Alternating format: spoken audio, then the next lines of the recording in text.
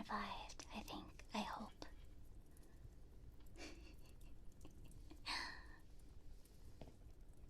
Seasons, greasons, everyone.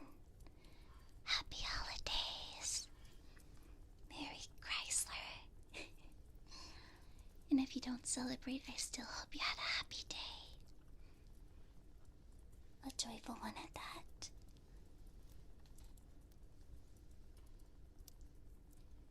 I have to have I did a whole new setup here, so hopefully it sounds good. It's in a spot where I really can't read chat, sadly. I have to lean away.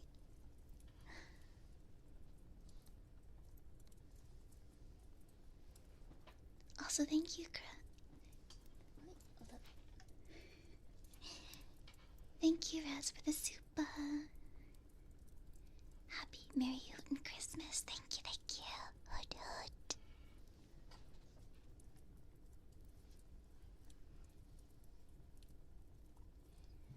And yes, it was a wonderful holiday.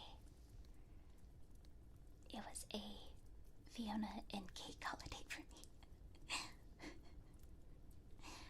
And then I went to work. But we watched a few Christmas movies too.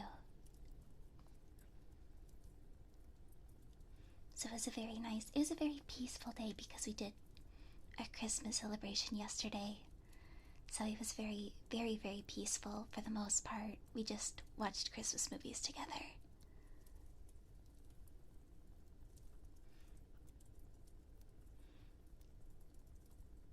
But I hope everyone else had a wonderful day today. Got presents that you enjoyed. Or just had a nice relaxing day, got to spend time with your family and friends. Or even just had a nice relaxing day to yourself. Oh, yours was chill with family. Nice, nice. Alright. So because my setup is different, finally got to sleep. Nice. The Sleepeeps. Yes. That was Rina Claus helping you there. Helped you go to sleep. Good dreams too, hopefully. But the only thing I don't have, which I thought we had jingle bells somewhere, but then I realized we don't have jingle bells because we would probably get annoyed. But I do have some other sound triggers here, so. Got a nice little bell.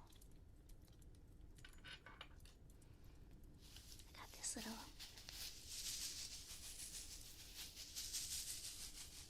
sound. Got some rattling for Mr. Scrooge's money, his coins, his special coins. I do have a jar of I didn't know how well this would sound, but I have a jar of I guess that could be, it's not jingle bells, but it's jar beads.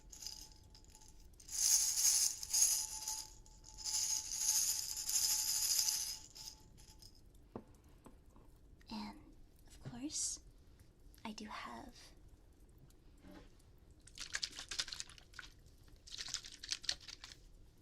some water, and I did make a nice cup of hot cocoa.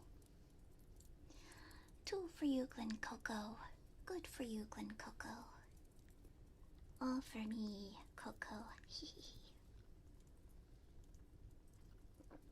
Oh, that's good. It's piping hot. I just dropped.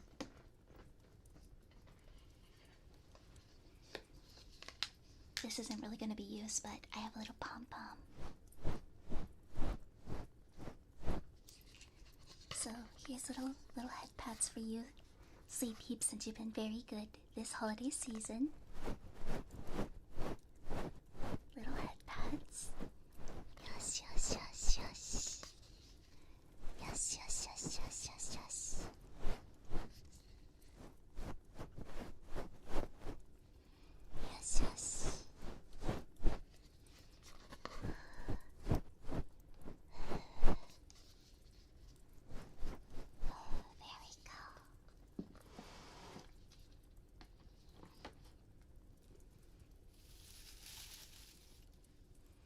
of course, last but not least, it's not ASMR without my chapstick and my lip oil.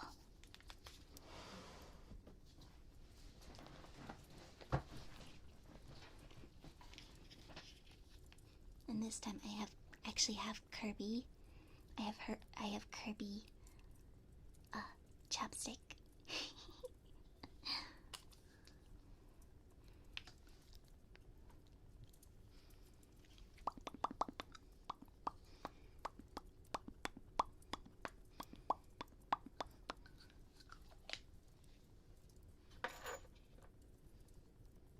So this is just before we get ready for the story. I like to have some chapstick and lip oil on.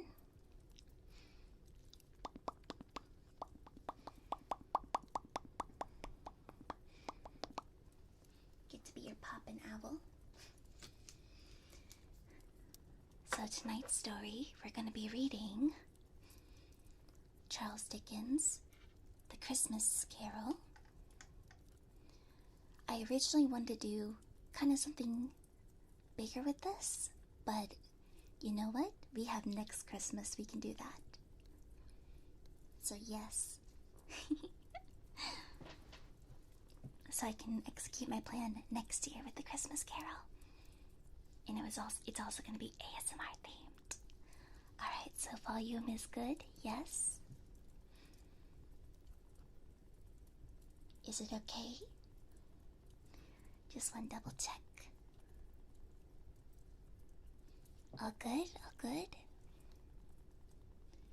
You guys all snug in your bed with your blankets, cozy by the fire?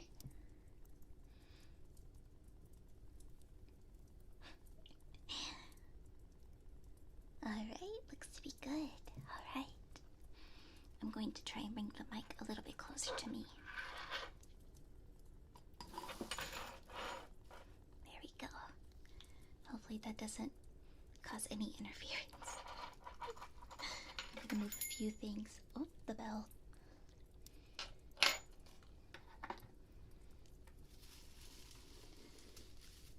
Just so I can reach out just a little bit easier. There we go. Alright. A Christmas Carol, a ghost story of Christmas by Charles Dickens.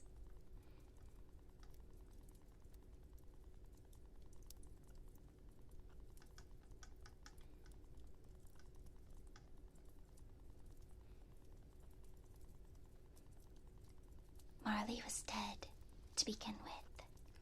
There's no doubt whatever about that.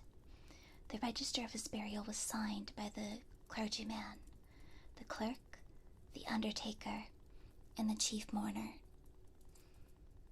Scrooge signed it, and Scrooge's name was good upon change for anything he chose to put his hand to. Oh, Kazuta, Kazuta. Thank you, thank you. Quarter moon hoods for 6 months. What a lucky time to be a member for 6 months on Christmas Day. Hoot hoot. And you just got here at the start of the story. Here, I'll start again, which we just got here. So to ring the bell that we are starting again.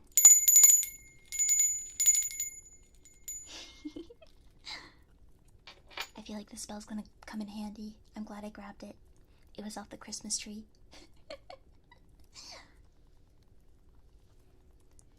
Marley was dead, to begin with. There is no doubt whatever about that. The register of his burial was signed by the clergyman, the clerk, the undertaker, and the chief mourner. Scrooge signed it, and Scrooge's name was good upon change, and for everything he chose to put his hand to. Old Marley was as dead as a doornail. The wisdom of our ancestors is in the simile. And my unhallowed hands shall not disturb it, or the country's done for. You will therefore permit me to repeat emphatically that Marley was as good, as dead, as a doornail. Scrooge knew he was dead. Of course he did. How could it be otherwise? Scrooge and he were partners for I don't know how many years. Scrooge was his sole executor, his sole administrator,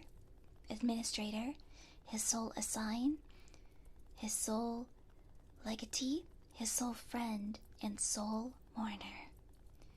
And even Scrooge was not so dreadfully cut up by the sad event, but that he was an excellent man of business on the very day of the funeral, and solemnized it with undoubtful bargain. The mention of Marley's funeral brought me back to the point I started from. There's no doubt that Marley was dead. This must be distinctly understood, or nothing wonderful will come of the story I am going to relate. If we were not perfectly convinced that Hamlet's father died before the play began, there'd be nothing more remarkable in his taking a stroll at night in an easterly wind upon his own reparts than there would be in any other middle-aged gentleman's rashly turning out after dark in a breezy spot, say St. Paul's churchyard, for instance, literally to astonish his son's weak mind. Scrooge never painted out old Marley's name. It stood there, years after, above the warehouse door. Scrooge and Marley. The firm was known as Scrooge and Marley. Sometimes people new to the business called Scrooge, and sometimes Marley, but he answered to both names. It was all the same to him. Oh, but he was a tight-fisted hand at the grindstone, Scrooge, a squeezing, retching, grasping, scratching, clutching old sinner, hard and sharp as flint, from which no steel has ever struck out generous fire, secret and self-contained and solitary as an oyster. The cold within him froze his old jesters, nipped his pointed nose, shriveled his cheeks, and stiffened his gait. His eyes made red, his thinned lips blue, and spoke out shrewdly in his grating voice. A frosty rime was on his head, and on his eyebrows and his weary chin. He carried his own low temperature about him. He iced his office in the dog days, and in thawed 1 degree at Christmas. External heat and cold had little influence on Scrooge. No warmth could warm, no wintry weather could chill him. No wind that blew was bitterer than he. No falling snow was more intent upon its purpose. No pelting rain less open to entreaty. Foul weather didn't know where to have it. The heaviest rain and snow and hail and sleet could boast of the advantage over him in only one respect. They often came down handsomely, and Scrooge never did. Nobody ever stopped him in the street to say, with gladsome look, "My dear Scrooge, how are you? When will you come to see me?" No beggars implored to bestow a trifle. No children asked him what it was o'clock. No man or woman ever once in all his life inquired the way to such and such a place of Scrooge. Even the blind man's dog appeared to know him, and when they saw him coming on, would tug their owners into doorways and up courts, and then would wag their tails as though they say, "No eye at all is better than an evil-eyed dark master."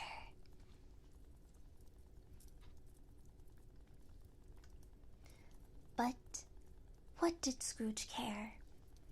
It was the very thing he liked, to edge his way along the crowded path of life, warning all human sympathy to keep its distance, was what the knowing ones called nuts to Scrooge. Once upon a time, of all good days in the year, on Christmas Eve, old Scrooge sat busy on his counting house. It was cold, bleak, biting weather, foggy withal, and he could hear the people in the court outside go wheezing up and down, beating their hands upon their chest and stamping their feet upon the pavement stone to warn them. The city clock had only just gone 3, but it was quite dark already. It had not been light all day, and candles were flaring in the windows of the neighboring offices, like ruddy smears upon a palpable brown air. The fog came pouring in at every keyhole, and was so dense without that although the court was almost of the narrowest, the houses opposite were mere phantoms.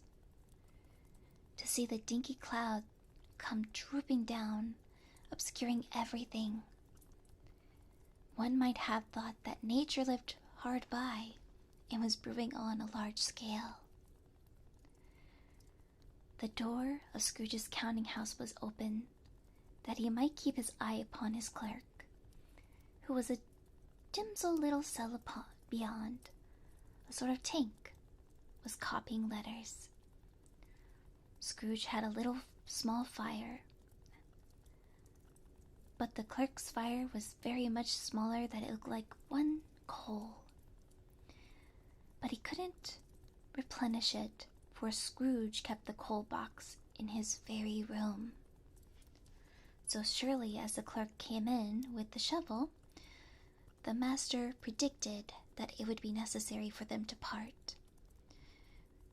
Wherefore the clerk put on his white comforter and tried to warm himself with a candle, in which effort, not being a man of strong imagination, he failed. "A Merry Christmas, Uncle! God save you!" cried a cheerful voice. Why, it was Scrooge's uncle, or Scrooge's nephew, who came upon him so quickly that it was the first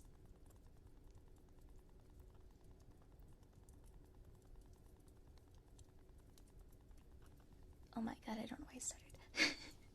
I lost my place, so sorry.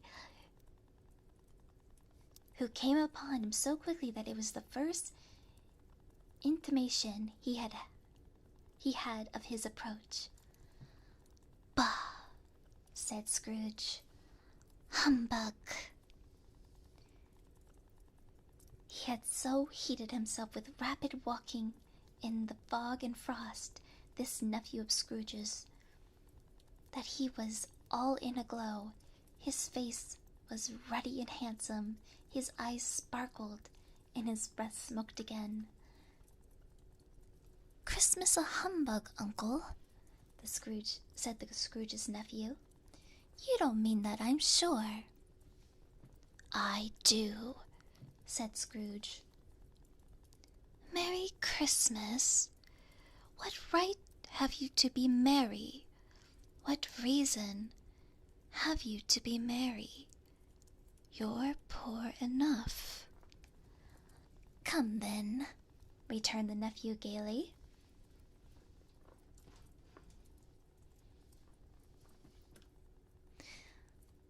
What right have you to be dismal? What reason have you to be so morose? You're rich enough. Scrooge, having no better answer, ready on the spur of the moment, said, "Bah!" and then followed up with a humbug.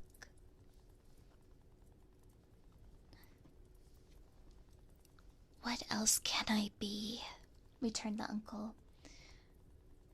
When I live in such a world of fools as this.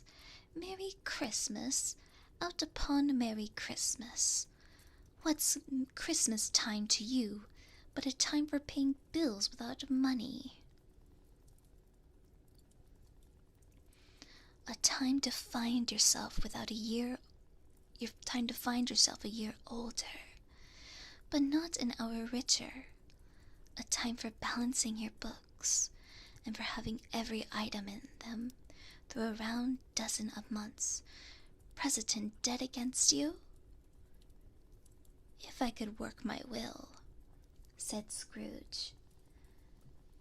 Every idiot who goes about with Merry Christmas on his lips shall be boiled with his own pudding, and buried with a stake of holly through his heart. He should. Uncle, pleaded the nephew. Nephew, returned the uncle sternly. Keep Christmas in your own way, and let me keep it mine.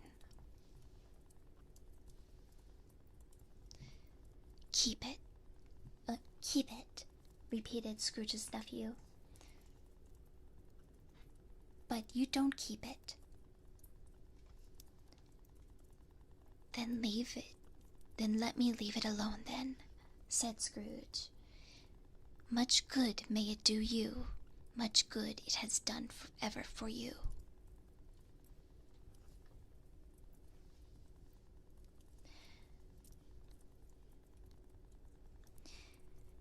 There are many things from which I might have derived good, by which I have not profited, I dare say, returned the nephew.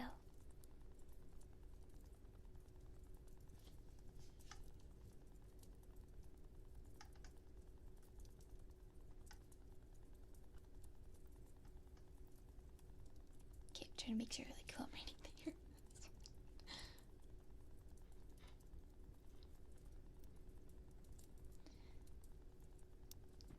Okay.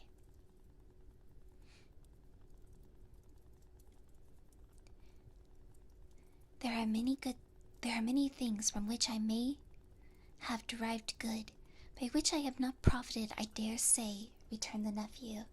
Christmas among the rest, but I am sure I have always thought of Christmas time when it has come around. Apart from the veneration due to its sacred name and origin, if anything belonging to it can be apart from it, as a good time, a kind, forgiving, charitable, pleasant time, the only time I know of, in a long calendar of the year, when men and women seem by one consent to open their shut-up hearts freely, and to think of people below them as if they really were fellow passengers to the grave, and not another race of creatures bound on the other journeys.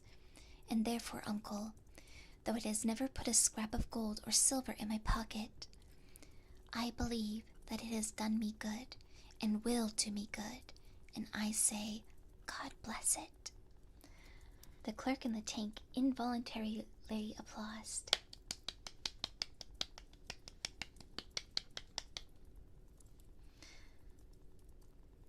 Becoming immediately sensible, he poked the fire and extinguished the last flare spark forever. Let me hear another sound from you, said Scrooge, and you'll keep your Christmas by losing your situation. "You're quite a powerful speaker, sir," he added, turning to his nephew. "I wonder you don't go into Parliament." "Don't be angry, Uncle. Come, dine with us tomorrow." Scrooge said that he would see him. Yes, indeed he did. He went the whole length of this expression and said he would see him in this extremity first.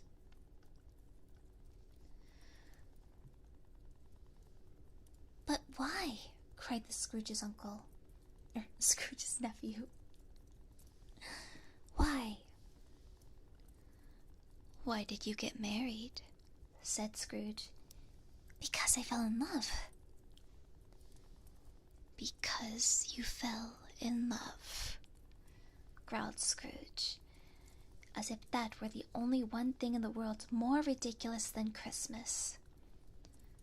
"Good afternoon."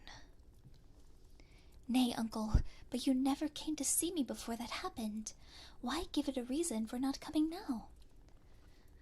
"Good afternoon," said Scrooge. "I want nothing from you. I ask nothing of you. Why cannot we be friends?" "Good afternoon," said Scrooge. "I am sorry, with all of my heart, to find you so resolute. We have never had any quarrel, to which I have been a party. But I have made a trial in homage to Christmas, and I'll keep my Christmas humor to the last. So a Merry Christmas, Uncle." "Good afternoon." "And Happy New Year." "Good afternoon." His nephew left the room without an angry word, not withholding. He stopped at the outer door to bestow the greetings of the season on the clerk, who, as cold as he was warmer than Scrooge, for he returned them cordially.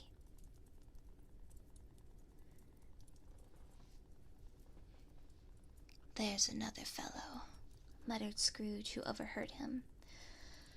"My clerk, with 15 shillings a week and a wife and family, talking about a Merry Christmas. I'll retire to Bedlam." This lunatic, in letting Scrooge's nephew out, had let 2 other people in. They were portly gentlemen, pleasant to behold, and now stood, with their hats off, in Scrooge's office. They had books and papers in their hand, and bowed to him.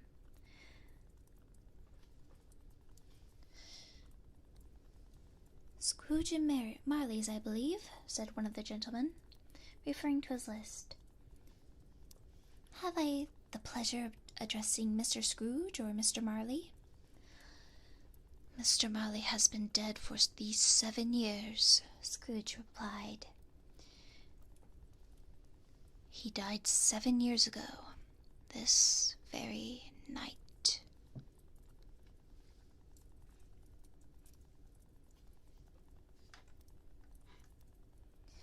We have no doubt his liberality is well represented by his surviving partner. "Ooh," said the gentleman, presenting his credentials. "It certainly was, for they have been 2 kindred spirits." "Hmm?"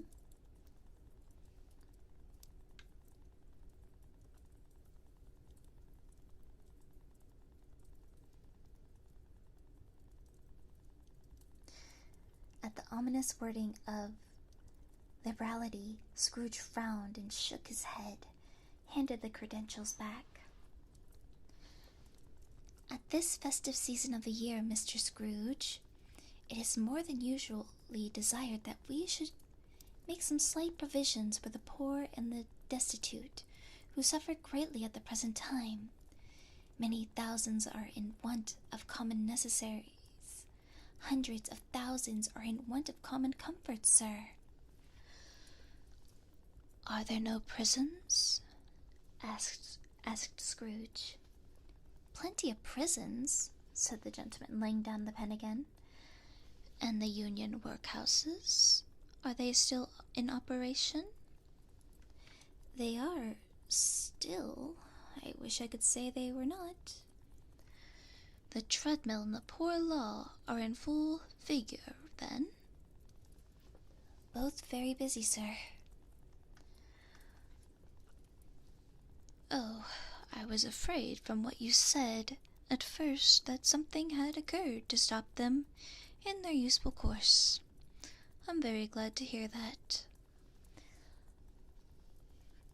Under the impression that they scarcely furnish Christian cheer of mind or body to the multitude, returned the gentleman. A few of us are endeavoring a raise in fund to buy the poor some meat and drink, and means of warmth. We choose this time because it is a time for all others when want is keenly felt, and abundance rejoices. What shall I put you down for? Nothing. You wish to be anonymous? I wish to be left alone. Since you ask me what I wish, gentlemen, that is my answer. I do not make merry myself at Christmas, and I can't afford to make ideal people merry. I help to support the establishments I have mentioned. They cost enough, and those who are badly off must go there. Many can't go there, and many would rather die. If they rather die, they had better do it, and decrease the surplus population. Besides, excuse me, I don't know that. But you might know it. It's not my business. It's enough for a man to understand his own business, but not to interfere with other people's. Mine occupies me constantly. Good afternoon, gentlemen. Seeing clearly that it would be useless to pursue their point, the gentleman withdrew. Scrooge resumed his labors with an improved opinion of himself, and in a more temper than was usual about himself. Facetious temper than was usual about himself. Meanwhile, the fog and darkness thickened, so that people ran about with flaring links, offering their services to go before horses and carriages and conduct them on their way. The ancient tower of church, whose gruffled bell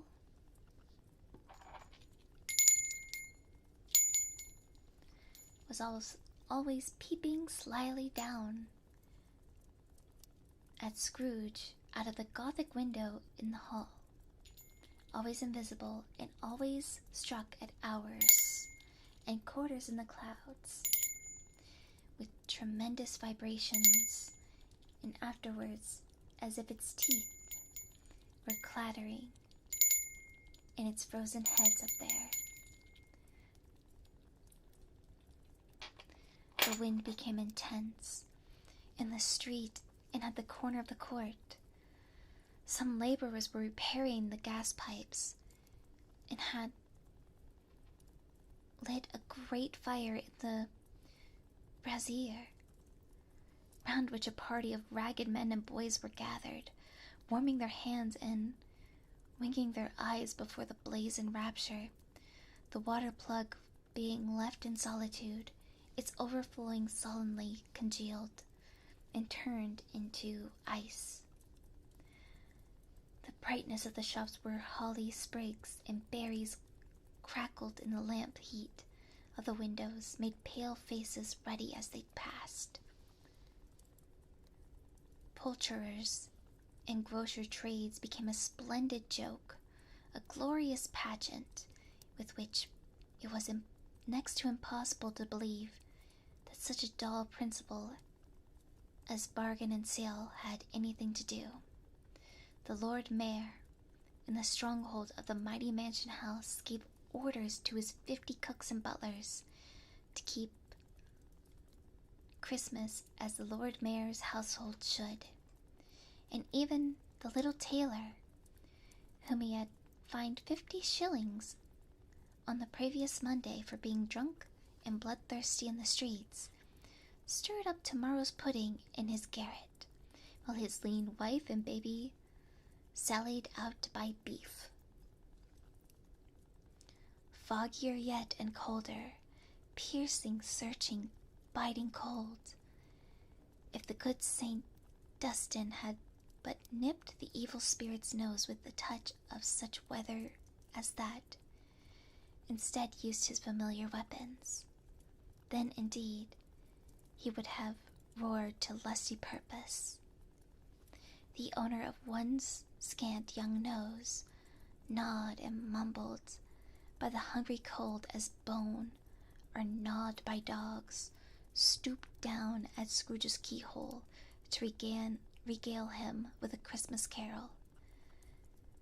But at first the sound of "God bless you, merry gentlemen, may nothing you dismay," Scrooge seized the roller with such energy of action that the singer fled in terror, leaving the keyhole to the fog and even more congenial frost. At length the hour of shutting up the counting house arrived, with an ill-willed Scrooge dismounting from his stool, and admitted the fact that the expectant clerk in the tank, who instantly snuffed his candle out and put on his hat. "You'll want all day tomorrow, I suppose," said Scrooge. "If quite convenient, sir." "It's not convenient, and it's not fair. If I was to stop a half-crown for it, you'd think yourself ill-used, I'll be bound." The clerk smiled faintly. Wait, that was the clerk speaking. Sorry. Or was, I don't know. "And yet, you don't think me ill-used when I use a day's wage for no work." The clerk observed that it was only once a year.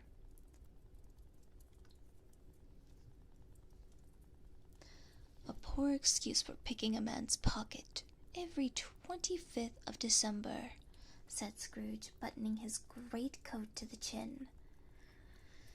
"But I suppose you must have the whole day, but be here earlier the next morning."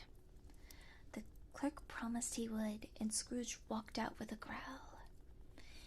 The office was closed in a twinkling, and the clerk, with the long ends of his white comforter dangling below his waist, for he boasted no greatcoat, went down a slide on Cornhill at the very end of the Lane of Boys 20 times in honor of its being Christmas Eve, and then ran home to Camden Town as hard as he could pelt to play at blind man's buff. Scrooge took his melancholy dinner in his usual melancholy tavern, and having read all of the newspapers, beguiled the rest of the evening with his banker's book, went home to bed. He lived in chambers which had once belonged to his deceased partner.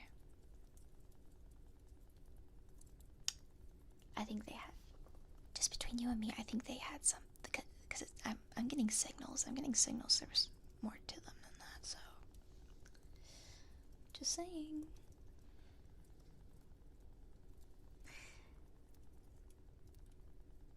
They were a gloomy suit of rooms, in a lowering pile of buildings, up in a yard where there must have been little business to be, that one could scarcely help fancying it must have been run out there when it was a young house,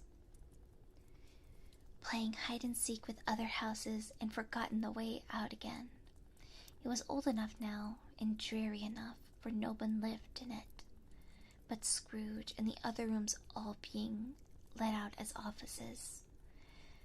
The yard was so dark that even Scrooge, who knew its every stone, was fain to grope with his hands. The fog and frost so hung about the black old gateway of his house that it seemed as if the genius of the weather sat in his mournful meditation on the threshold. Now, it is a fact that there was nothing peculiar about the knocker on the door, except that it was very large.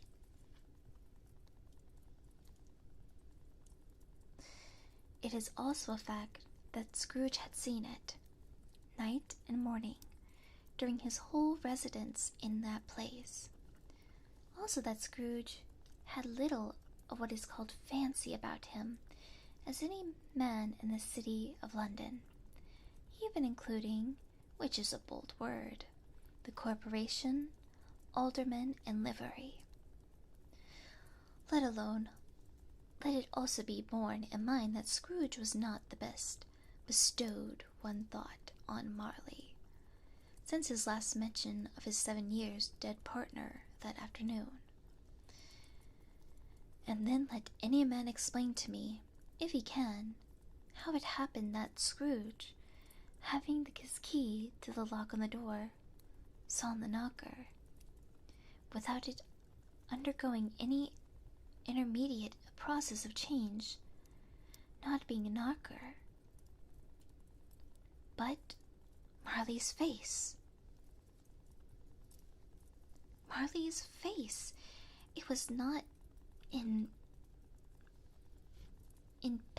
impenetrable shadows as other objects in the yard were, but had a dismal light about it, like a bad lobster in a dark cellar. It was not angry or ferocious, but looked at Scrooge as Marley used to look, with ghostly spectacles turned up in its ghostly forehead, the eyes curious, stirred, as if by breath or hot air, and though the eyes were wide open, they were perfectly motionless. That, in its lively color, made it horrible, but its horror seemed to be in spite of the face and beyond control, rather than part of its own expression. As Scrooge looked fixedly at this phenomenon, it was a knocker again. To say he was not startled, or that his blood was not cautious of the terror sensation to which he had been a stranger from infancy, would be untrue. But he had put his hand upon the key he had relinquished, turned it sturdily, walked in, and lit his candle. I'm gonna take a quick water break really quickly.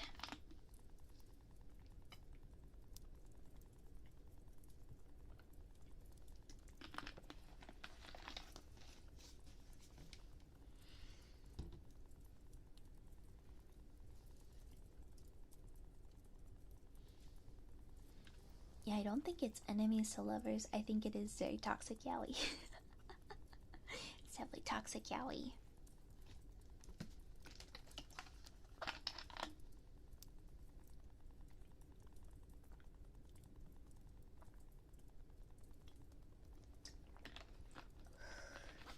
Old man yaoi.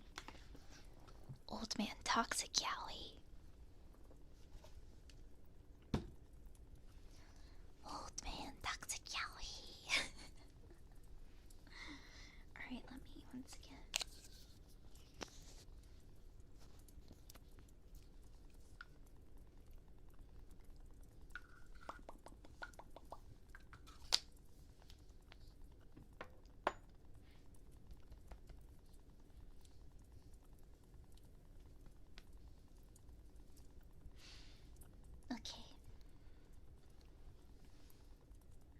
might have to take a few breaks. Because the way I have to look at the screen, it does make me a little dizzy, so. Alright.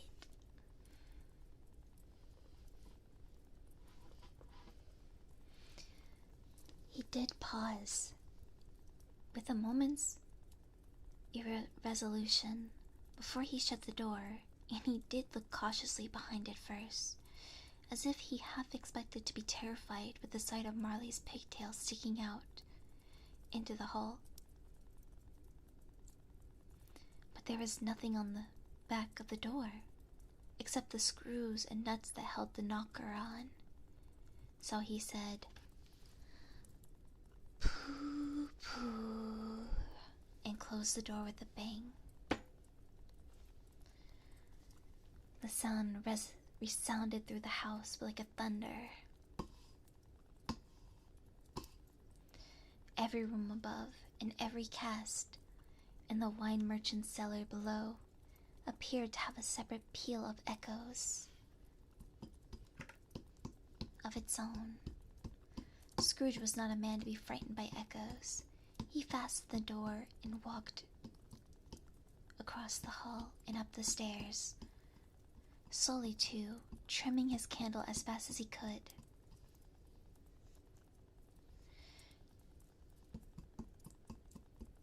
You may talk vaguely about driving a coach and 6 up a good flight of stairs, or though a bad young Act of Parliament, but I mean to say you might have got a hearse up that staircase and taken it up broadwise, with a splinter bar towards the wall, with the door towards the balustrades, and done easy.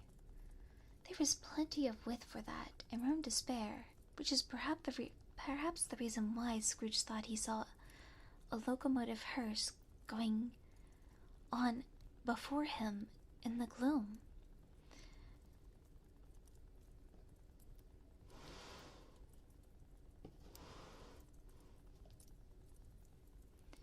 Half a dozen gas lamps out of the street would have lighted the whole entry too well, so you may have supposed that it was too dark with Scrooge's dip.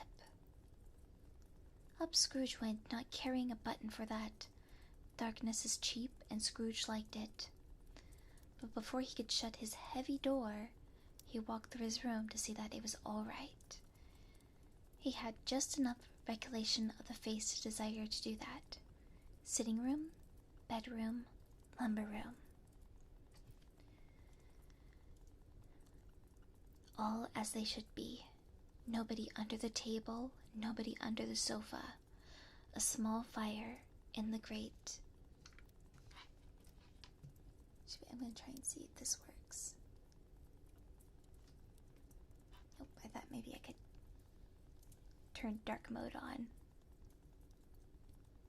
Did not work with this one. Okay.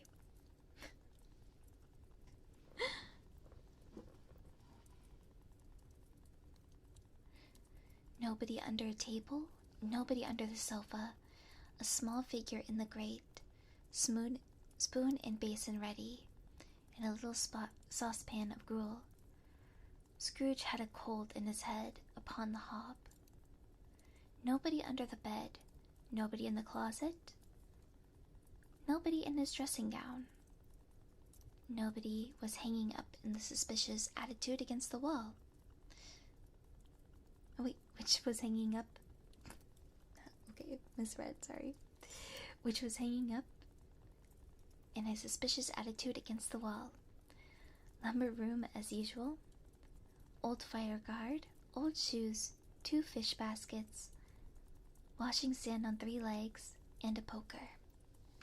Quite satisfied, he closed his door and locked himself in.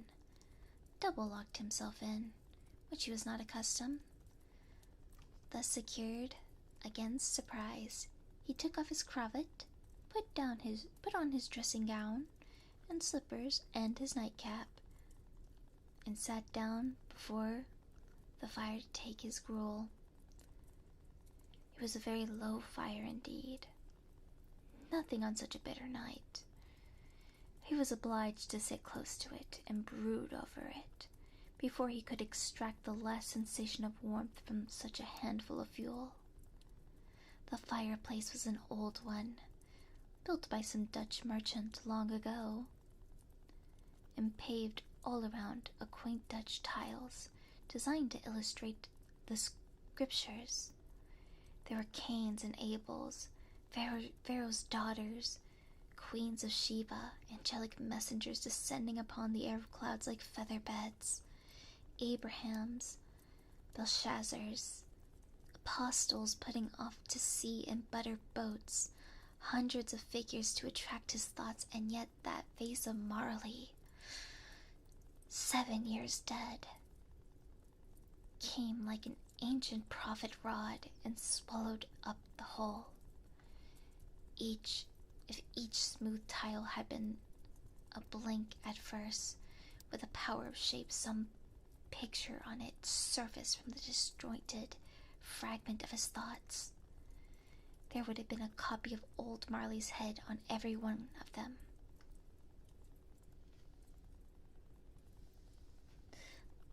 Yeah, it's a white PDF.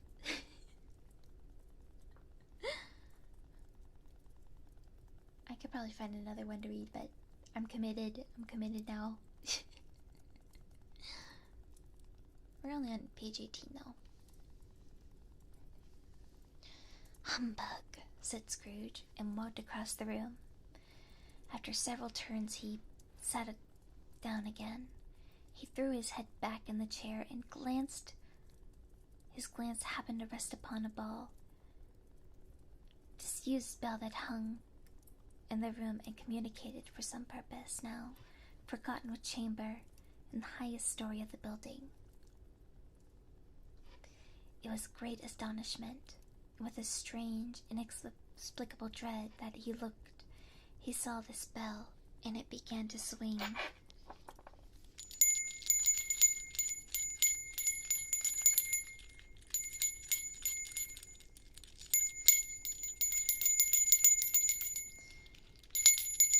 It swung so softly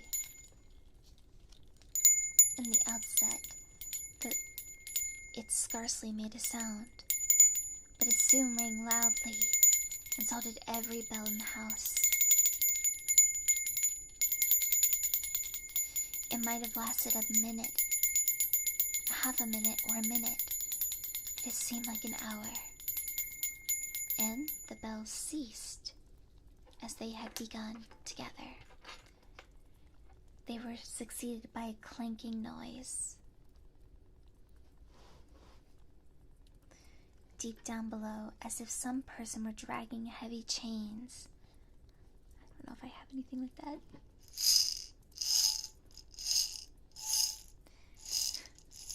Dragging heavy chains over the cask in the wine merchant's cellar. Scrooge then remembered to have heard that ghosts in haunted houses were described as dragging chains. The cellar door flew open with a booming sound, and then he heard the loud noise on the floors below, then it coming straight towards his room. "It's humbug still, I won't believe it." His color changed though when, without a pause, it came through the heavy door and passed into the room before his eyes. Upon its coming in, the dying flame leaped out, and it cried, "I know him. It's Marley's ghost," and fell again. The same face, Marley in his pigtail, the usual waistcoat, tights, and boots, the tassels, and the latter bristling like his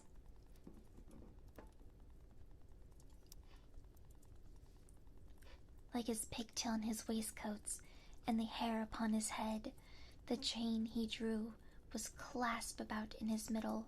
It was long and wound about him like a tail.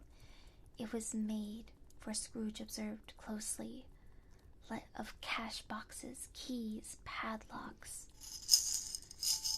ledgers, deeds, heavy purses, wrought in steel. His body was transparent, and so that Scrooge, observing him, looking for his waistcoat, could only see 2 buttons on his coat behind.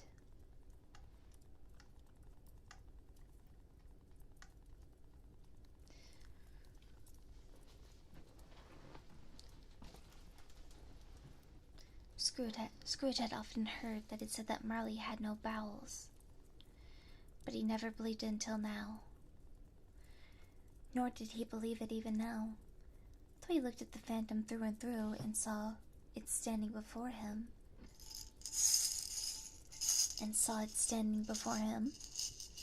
Though he felt the chilling influence of its death-cold eyes, and marked the very textures of the folded kerchief bound by its head and chin in a wrapper he had not observed before. He was still incredulous and fought against his senses. "How now?" said Scrooge. "What do you want from me?" "Much." "Who are you?" "Ask me who I was." "Who were you then?" "You, particular for the shade." He was going to say to a shade, but substituted this as for more appropriate. "In your life, I was your partner, Jacob Marley." Oops, so sorry. Can you sit down?" said Scrooge. "I can." "Do it then." Oh, these two definitely dated. Scrooge asked the question because he didn't know whether a ghost so transparent might find himself in a condition to take a chair, and felt that in the event of it being so impossible, it might involve the necessity of an embarrassing explanation. But the ghost sat down on the opposite side of the fireplace, as if he was quite used to it. "You don't believe me." "I don't." "What evidence would you have of my reality beyond that of your senses?" said the ghost. "I don't know," said Scrooge. "Why do you doubt your senses?" "Because a little thing affects them. A slight disorder of the stomach makes them cheats. You may be an undigested bit of beef, a blot of mustard, a crumb of cheese, a fragment of an underdone potato. There's more of gravy than a grave about you, whatever you are." Scrooge was not much in the habit of cracking jokes, nor did he feel in his heart by any means waggish about them. The truth is that he tried to be smart, as a means of distracting his own attention and keeping down his terror, for the spectre's voice disturbed the very marrow to his bones. To sit staring at the fixed gaze in silence for the moment would play, Scrooge felt, the very deuce with him. There was something very awful, too, in the specters being provided with an infernal atmosphere of its own. Scrooge could not feel it himself.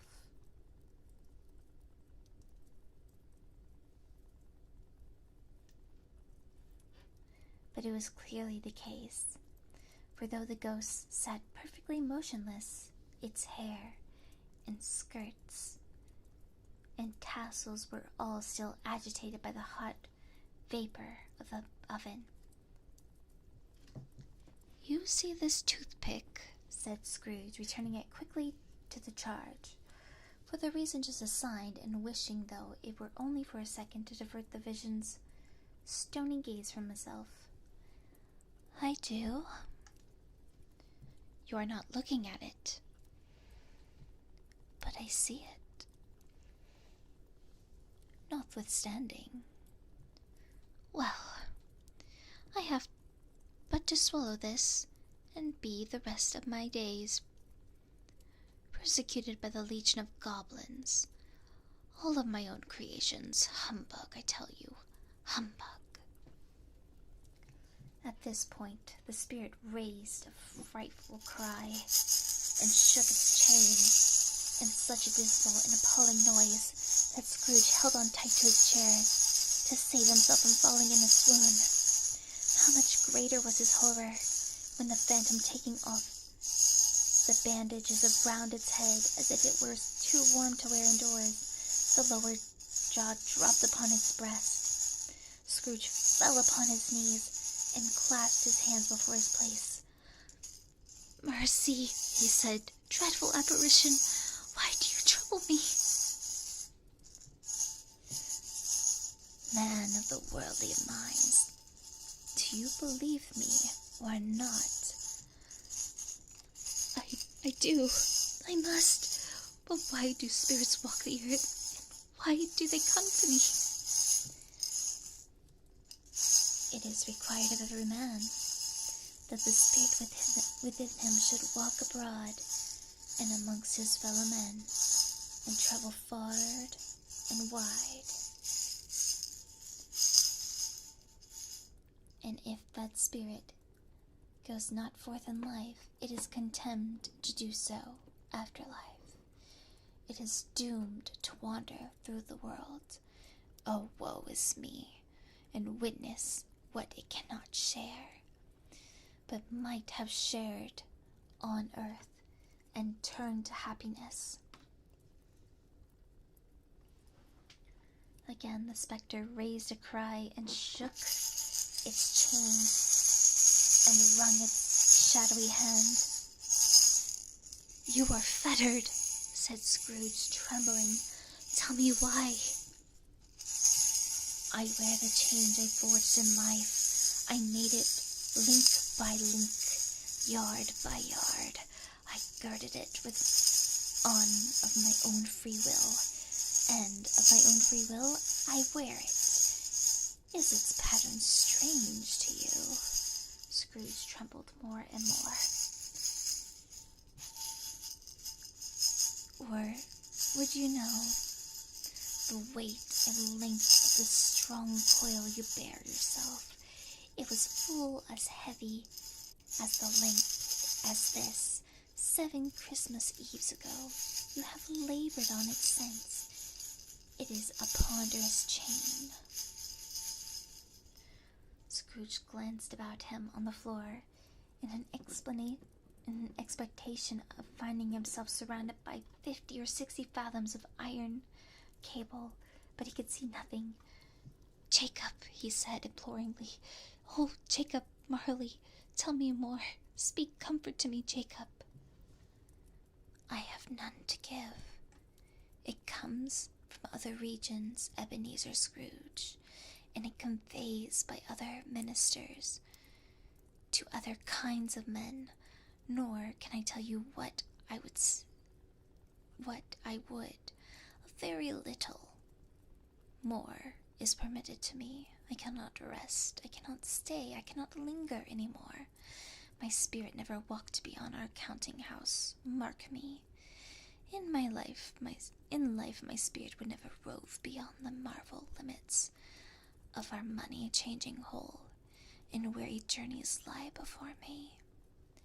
It was a habit with Scrooge, whenever he became thoughtful, to put his hand on his breeches pockets, pondering on what the ghost had said. He did so now, but without flipping up his eyelids on getting off his knees. "You must have been very slow about it, Jacob," Scrooge observed in a businesslike manner, though with humility and deference. "Slow. ghost repeated. 7 years dead, and traveling all the time. The whole time, no rest, no peace, incessant torture of remorse. You travel fast, on the wing of the wind. You might have got over a great quantity of the ground in 7 years. The ghost, upon hearing this, set out another cry. The clanking of its chain so hideous in the dead silence of the night that the ward would have been justified in indicating for its nuance. "Oh, captive bound in double iron," cried the phantom, "not to know the age of incessant labor by immortal creatures, for this earth must pass into eternity before the good of which it is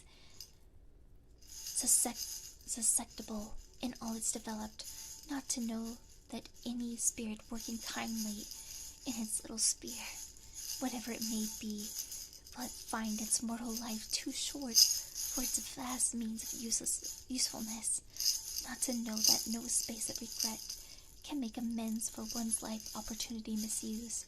Yet such was I, oh, such was I." "But you were always a good man of business, Jacob." "Business? Mankind was my business. A common welfare was my business. Charity, mercy, forbearance, and benevolence were all my business.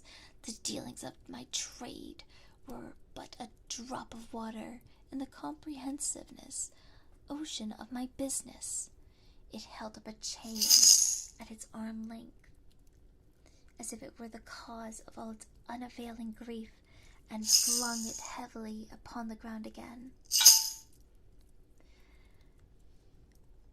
At this time of the rolling year, I suffer most. Why did I walk through crowds of fellow beings with my eyes turned down, never raised to that blessed star which led the wise men to a poor abode? Were there no poor homes to which its light would have conducted me?" Scrooge was very much dismayed to hear the spectre going on at this rate, and began to quake excessively. "Hear me, my time is nearly gone," cried the ghost. "I will. But don't be hard upon me. Don't be flowery, Jacob, pray." "How is it that I appear before you in the shape that you can see? I may not tell. I have sat invisible beside you for many a day. It was not an agreeable idea." Scrooge shivered and wiped the perspiration from his brow. "There is no light part of my penance. I am here tonight to warn you that you have yet a chance and hope of escaping my fate. A chance of hope of my procuring Ebenezer." "You were always a good friend to me," said Scrooge. Thank ye. You will be haunted by 3 spirits. Scrooge's contentance fell almost as low as the ghost's had done. "Is that the chance and hope you mentioned, Jacob?" "It is. I think I'd rather not. Without their visits, you cannot hope to shun a path I tread. Expect the first tomorrow, when the bell tolls 1. "Couldn't I take 'em all at once? Have it over, Jacob." "Expect the second one to be the next night at the same hour, and the third upon the last stroke of 12 has ceased to vibrate. Look to see me no more, and look that, for your own sake, you remember what has passed upon us. When it has When it had said these words, the spectre took its wrapper from the table and bound it round its head as before. Scrooge knew this, and by smart sound its teeth made.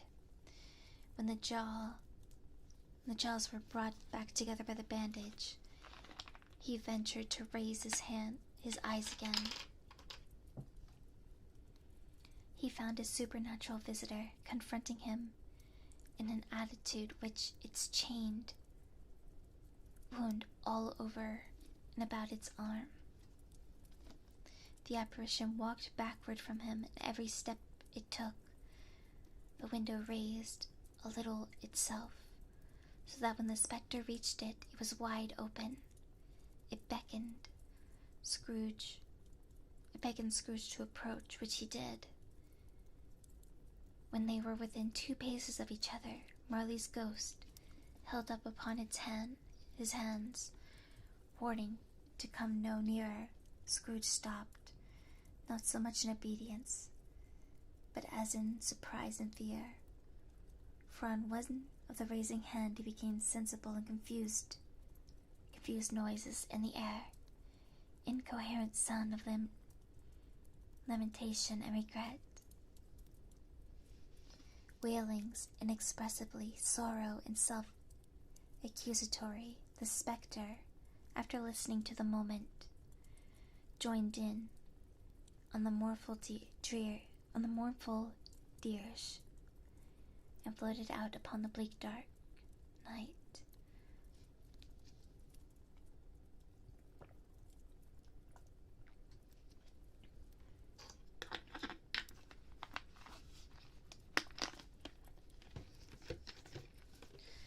Scrooge followed to the window. Desperate in his curiosity, he looked out. The air was filled with phantoms wandering hither and thither in restless haste, the moaning as they went. Every one of them wore chains like Marley's ghost. Some few, they might be guilty governments, were linked together. None were free.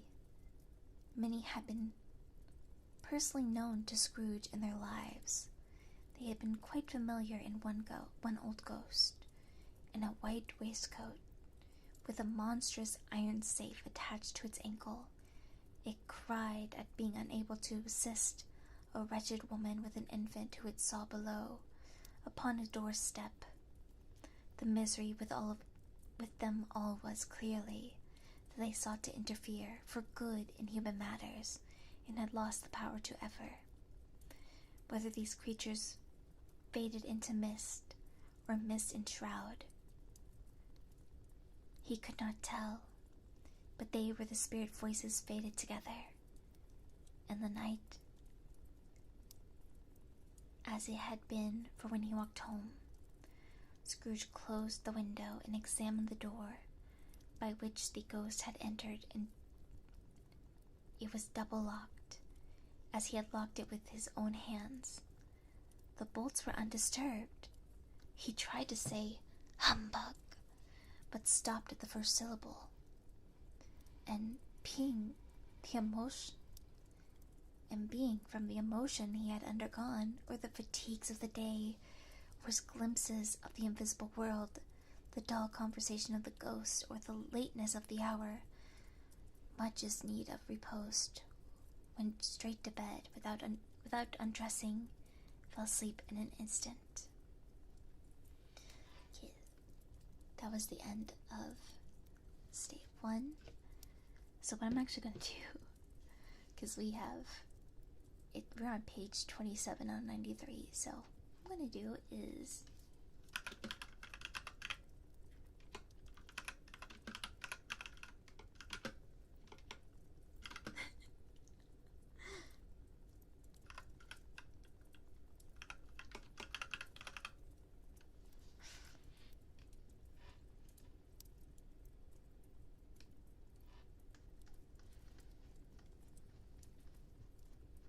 I'm going to find a bit more of a condensed version, but not like super short. Oh, I'm definitely not going to be reading all of this tonight.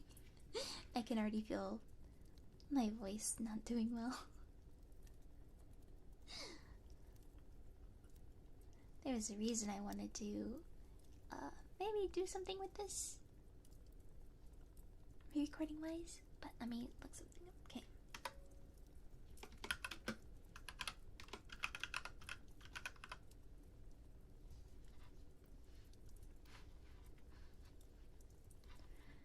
We got a long ways to go. Let me see. Oh, that's a very short one. No, no, we don't want that short.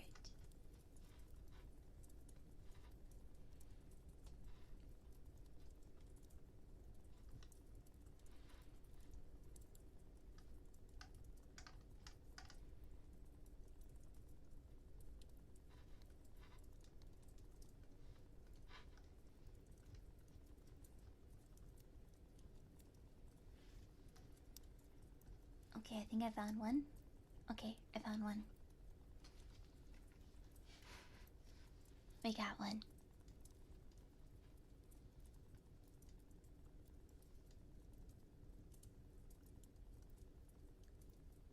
Found it on the Charles Dickens page. Let's go. Okay.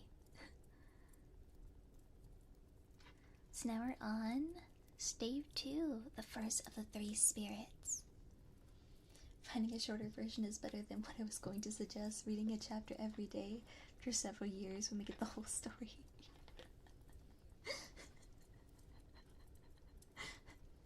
Every year on Christmas, I read one chapter.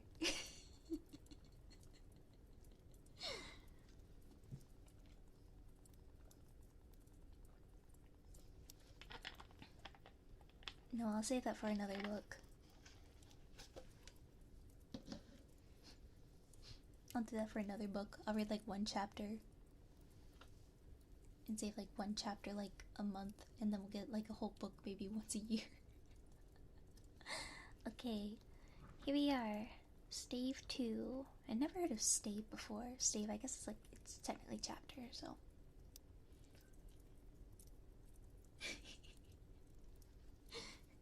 I read you guys one page. Yeah, so then each ASMR, it's like you flip a page. I'm your audiobook, by the way. Okay, here we go.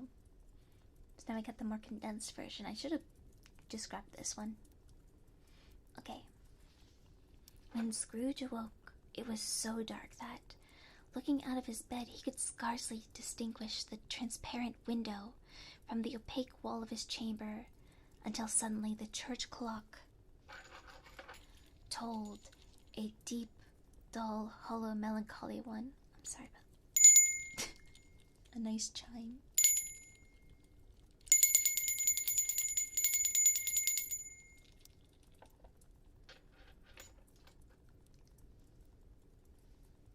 Light flashed up in the room upon the instant, and the curtains of his bed were drawn aside by a strange figure, like a child, but not so like a child as like an old man.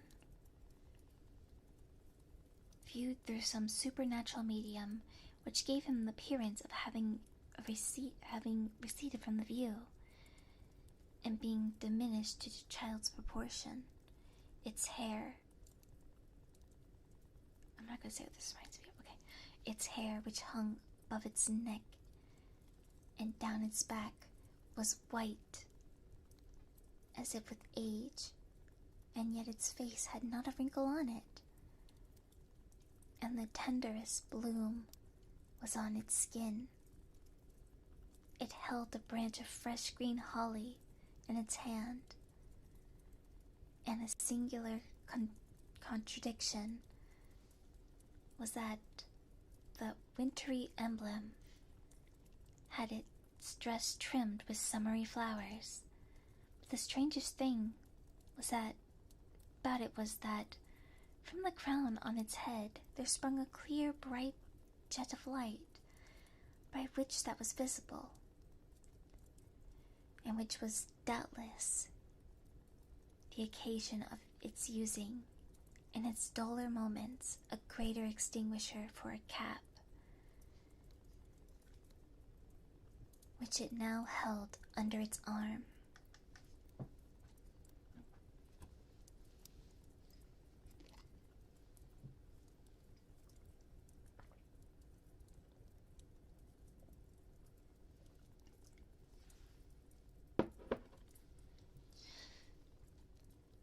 Are you the spirit who was coming for? Are you the spirit, sir, whose coming was foretold to me? I am. Who and what are you? I am the ghost of Christmas past. Long past? No, your past. The things that you will see with me are shadows of the things that have been. They have no consciousness of us. Scrooge then made a bold inquiry what business had brought him there. Your welfare. Rise and walk with me. It would have been in vain for Scrooge to plead that the weather and the hour were not adapted to pedestrian purposes. That bed was warm and the thermometer a long way below freezing, that he was clad but tightly in his slippers, dressing gown and nightcap, and that he had a cold upon him at that time. The grasp, though gentle as a woman's hand, was not to be resisted. He rose, but finding that the spirit had made toward the window, clasped its robe in supplication. I am a mortal and liable to fall. Bear but a touch of my hand there, said the spirit, laying it upon his heart.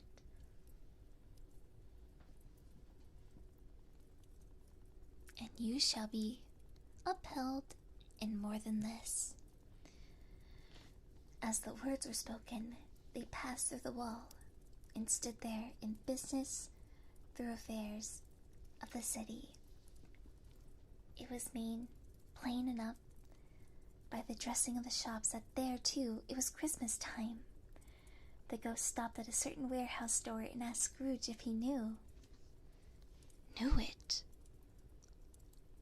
Was I apprenticed here? They went in. At sight of an old gentleman in a Welsh wig, sitting beside such a high desk that, if he had been 2 inches taller, he might have knocked his head against the ceiling, Scrooge cried in great excitement, "Why, it's old Fezziwig! Bless his heart, it's Fezziwig alive and again!"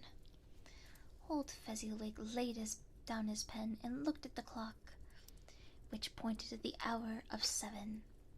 He rubbed his hands, adjusted his waistcoat, and laughed over and over himself, from his shoes to his organ of benevolence, and called out in a comfortable, oily, rich, fat, jovial voice, "Ho, ho there, Ebenezer!"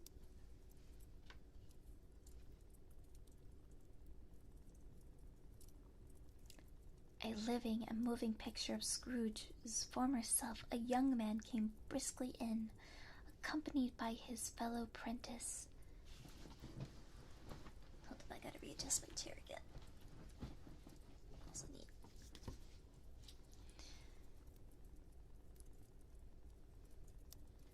"Dick Willings, to be sure," said Scrooge to the ghost.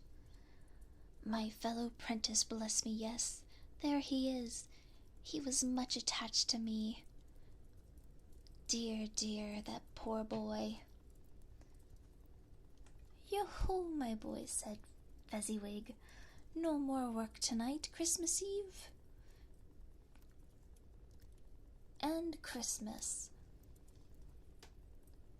Let's have the shutters up before a man can say, 'Jack Robinson, clear away, my lads, let's have lots of room here.'"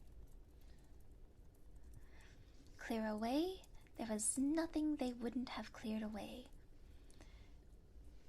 or couldn't have cleared away with old Fuzzywig looking on. It was done in a minute. Every movable was packed as if it were as if it were dismissed from public life forevermore. Forevermore.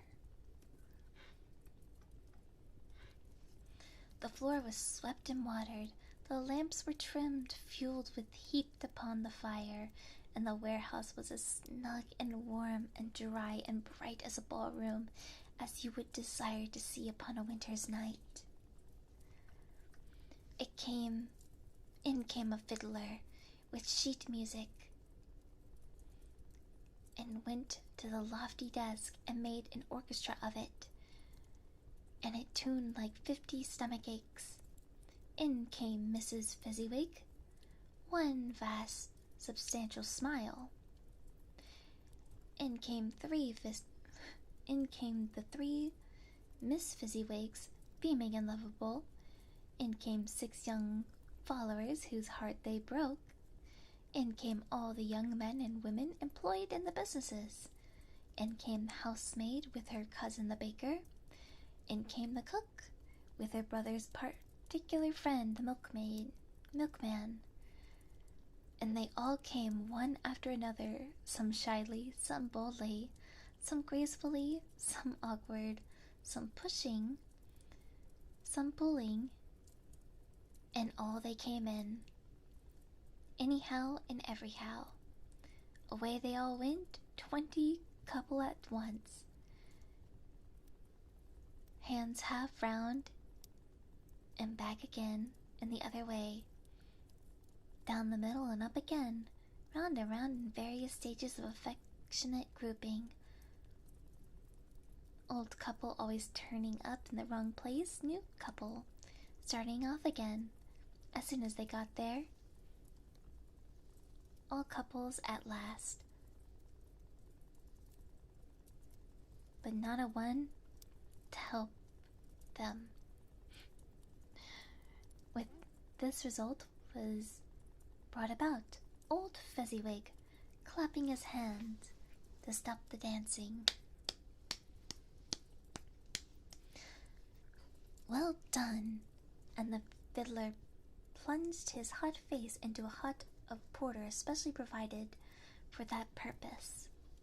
There was more dancing, and there were forfeits and more dances. There was cake, and there was... I don't know what that is.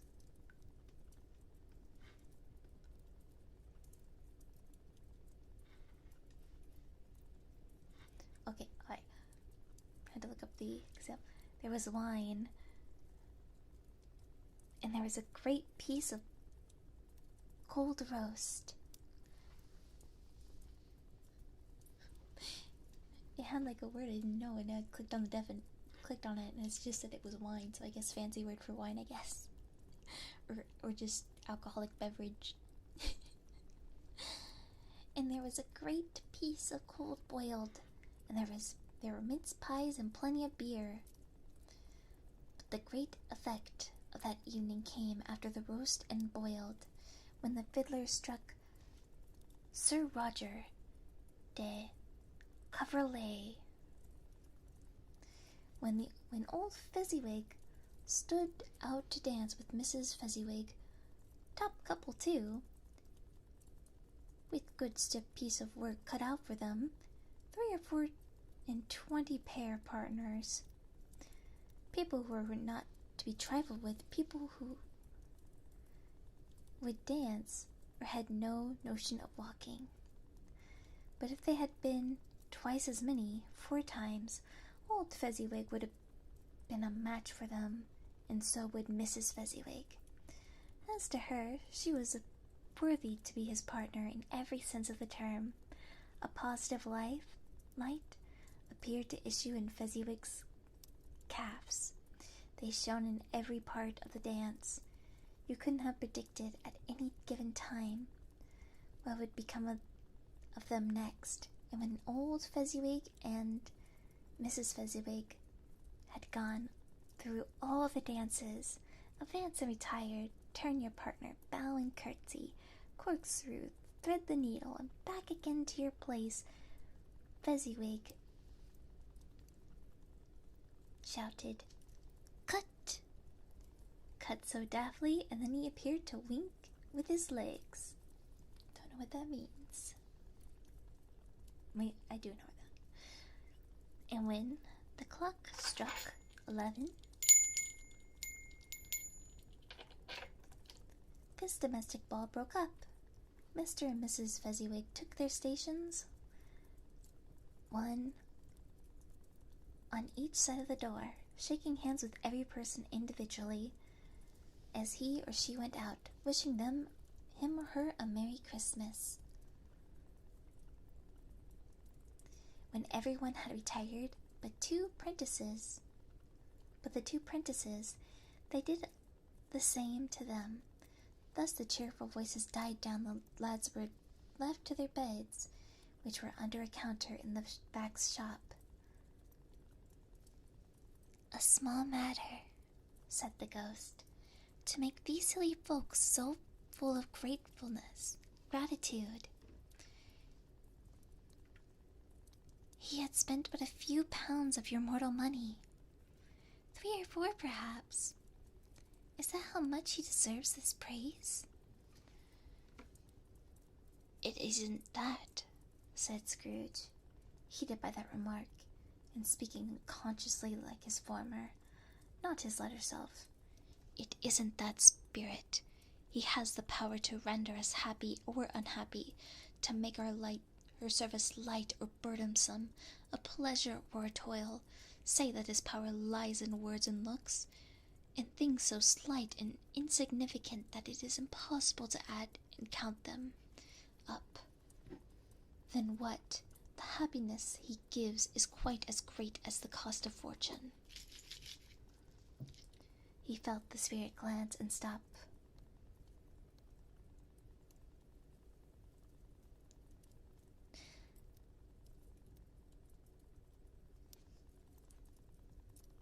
"What is the matter?" "Nothing in particular." Oh wait, I think this is... I don't know who this is for.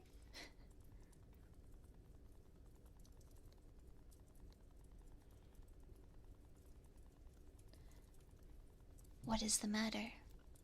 "Nothing in particular." "Something, I think." No, I should like to be able to speak a word or two to my clerk just now. That's all." "My time grows short," observes the spirit. "Quick." Oh, I think I had that backward. I think that was... Okay.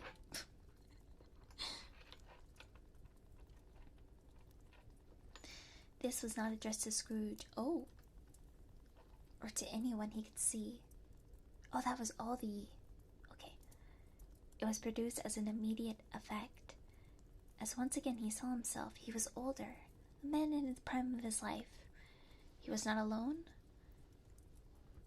but sat by the side of a fair young girl in a black dress, whose eyes were there were tears. "It matters little," she said softly to Scrooge's former self. "To you, very little. Another idol has displaced me, and it can give comfort in you time to come. As I would have tried to, I have no just cause to grief."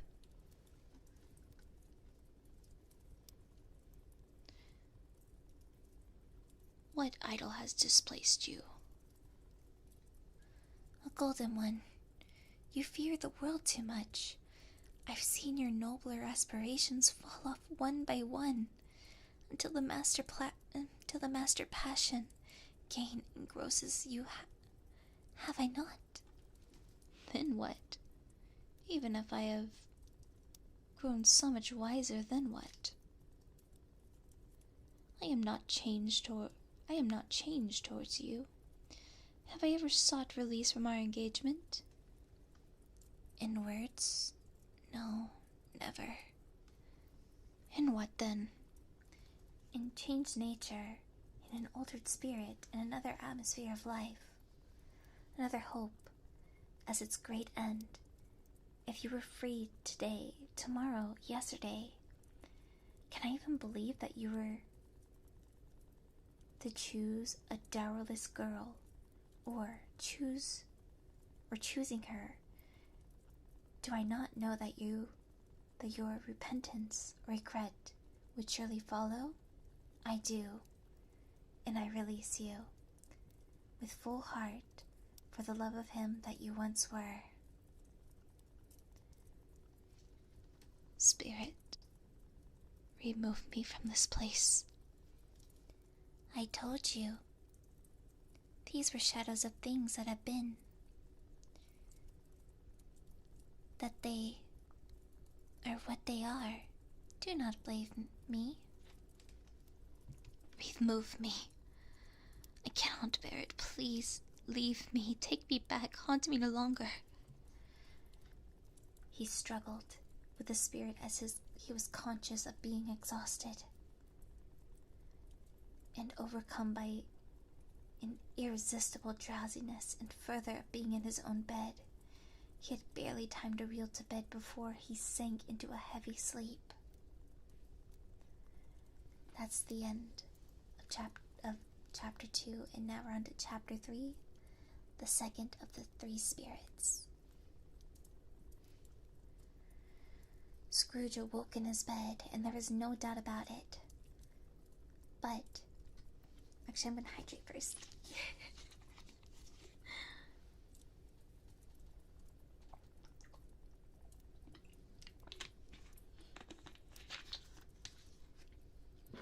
Already finished my bottle of water.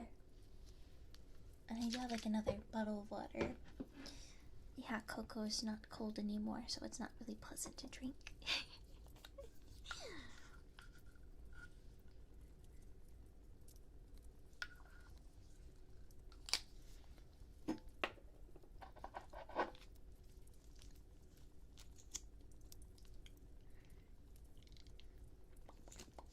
There we go. I do, but it's not hot anymore. And it doesn't taste that good, to be honest. It did taste good at the beginning, but now it doesn't taste that good. I'll heat it up afterwards. I think it'll get better.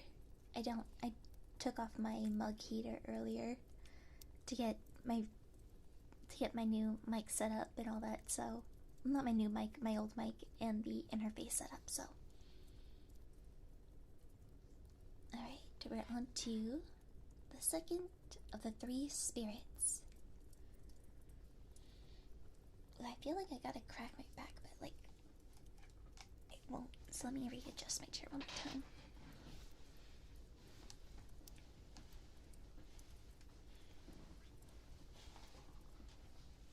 Okay. Scrooge awoke in his bed. There was no doubt about it. But it and his own adjoining sitting room, into which he shuffled into his slippers, attracted by a great light there, had undergone a surprising transformation. The walls and the ceiling were so hung with living green that it looked to be the perfect grove.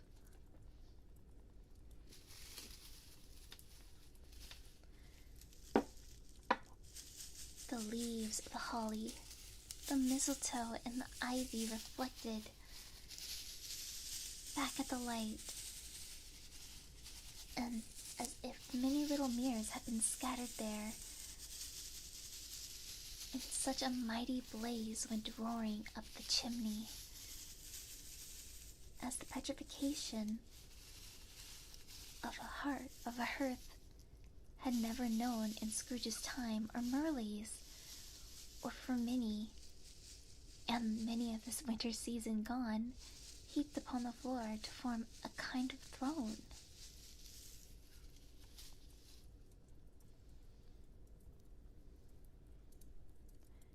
There were turkeys, geese, game, brawn, great joints of meat, suckling pig, Long wreaths of sausage, mince pies, plum pudding, barrels of oysters, red-hot chestnuts, cherry-cheeked apples, juicy orange, luscious pears, immense 12 cakes, and great bowls of punch.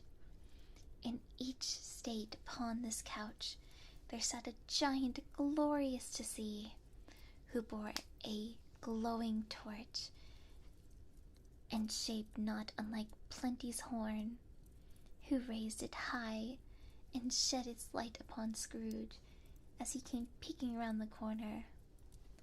Come in, and know me better, man. I am the ghost of Christmas present. Look upon me. You have never seen the like of me before.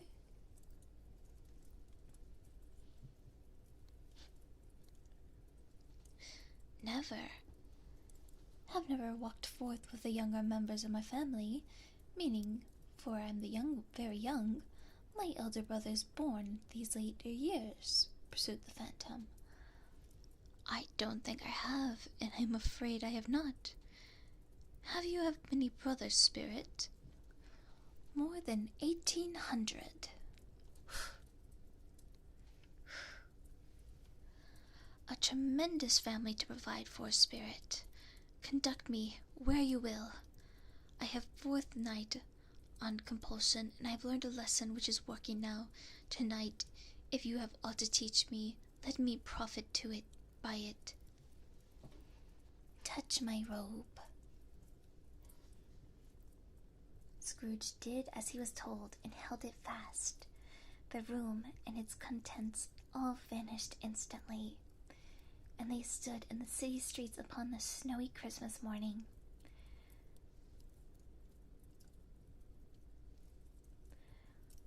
Scrooge and the ghost passed on invisible, straight to Scrooge's clerks, and on the thresholds of the door the spirit smiled, and stopped to bless Bob Cratchit's dwelling with a sprinkling of his torch. Think of that, Bob, but had 15 bob a week himself. He pocketed on Saturdays but 15 copies of his Christian name, and yet the ghost of Christmas present blessed his 4-roomed house. Then rose Mrs. Cratchit, Cratchit's wife, dressed out but poorly in a twice-turned gown, brave in ribbons, which are cheap and make a goodly show for 6 pence, and she laid the cloth, assisted by Belinda Cratchit, her second of her daughters, and also brave in ribbons, while Master Peter Cratchit plunged a fork into a saucepan of potatoes, and getting the corners of his monstrous shirt-collar, Bob's private property conferred upon his son and heir in honor of the day, into his mouth, rejoined to find himself so gallantly attired, and yearned to show his linen in the fashionable park. And now 2 smaller Cratchits, boy and girl, came tearing in, screaming that outside the baker's they had smelt the goose and known it for their own, and basking in luxurious thoughts of sage and onion.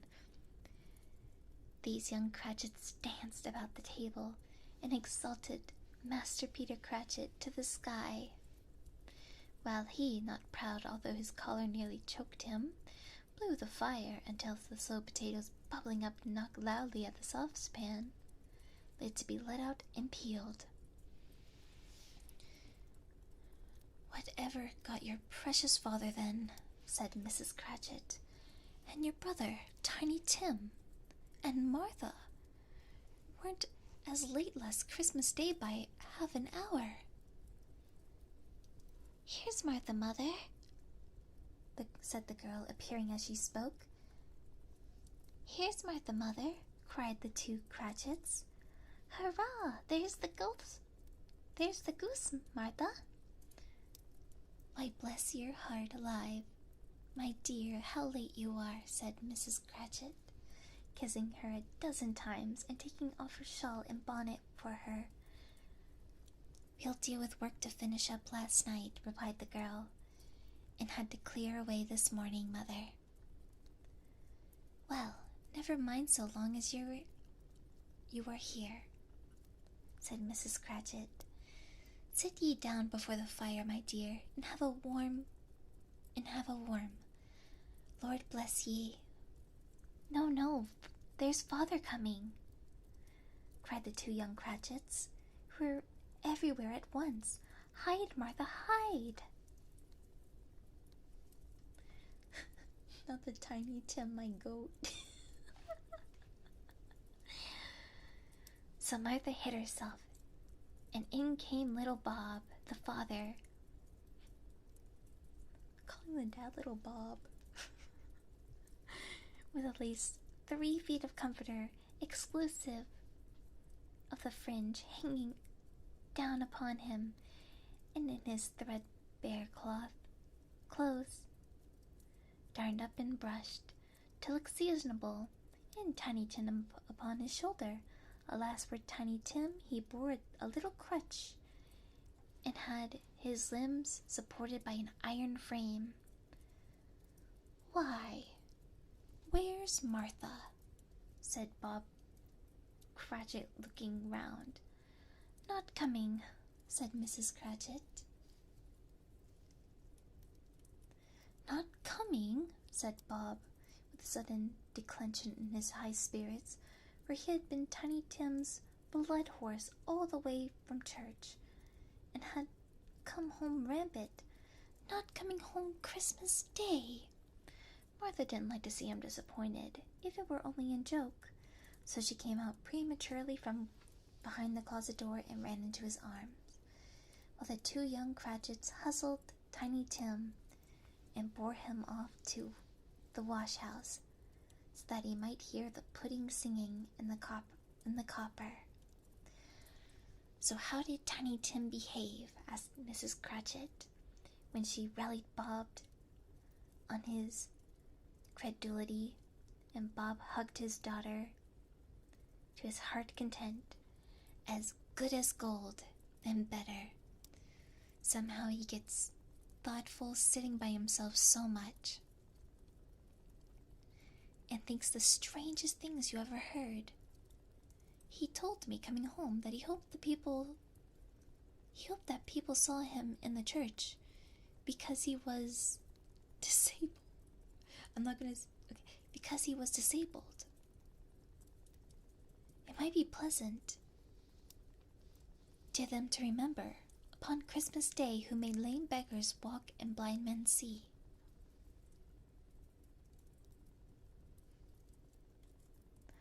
Bob's voice was tremulous when he told them this, and trembled more when he said that Tiny Tim was growing strong and hearty.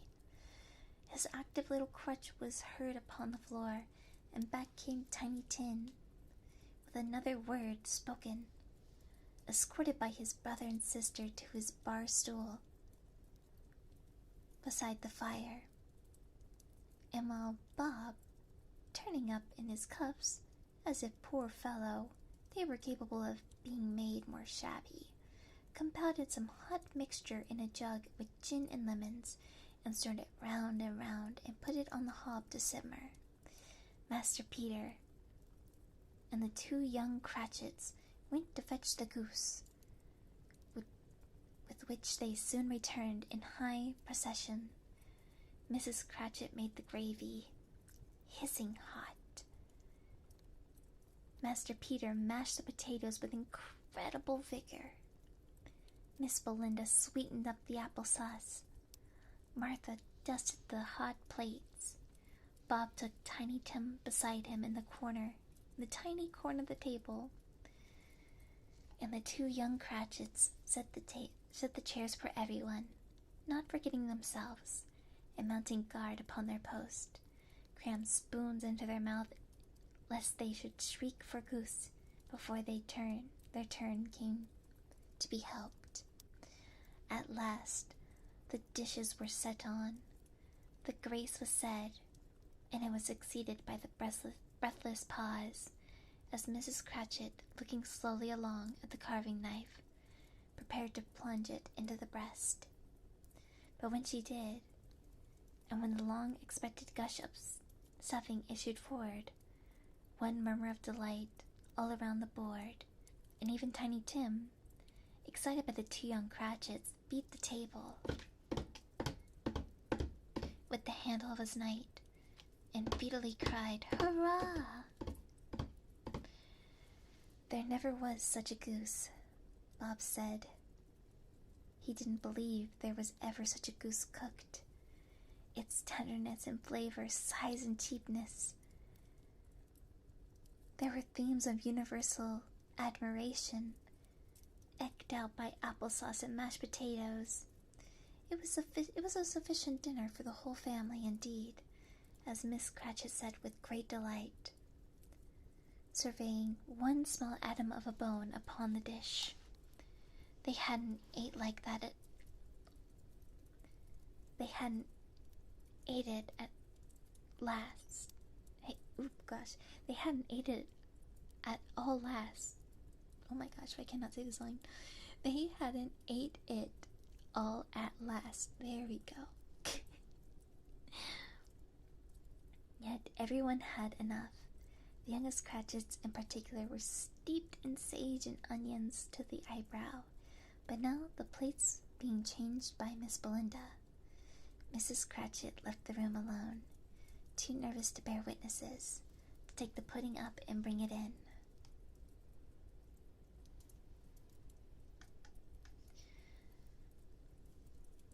Suppose it should not be done enough. Suppose it should break in turning out. Suppose somebody should have gone over the wall of the backyard and stolen it.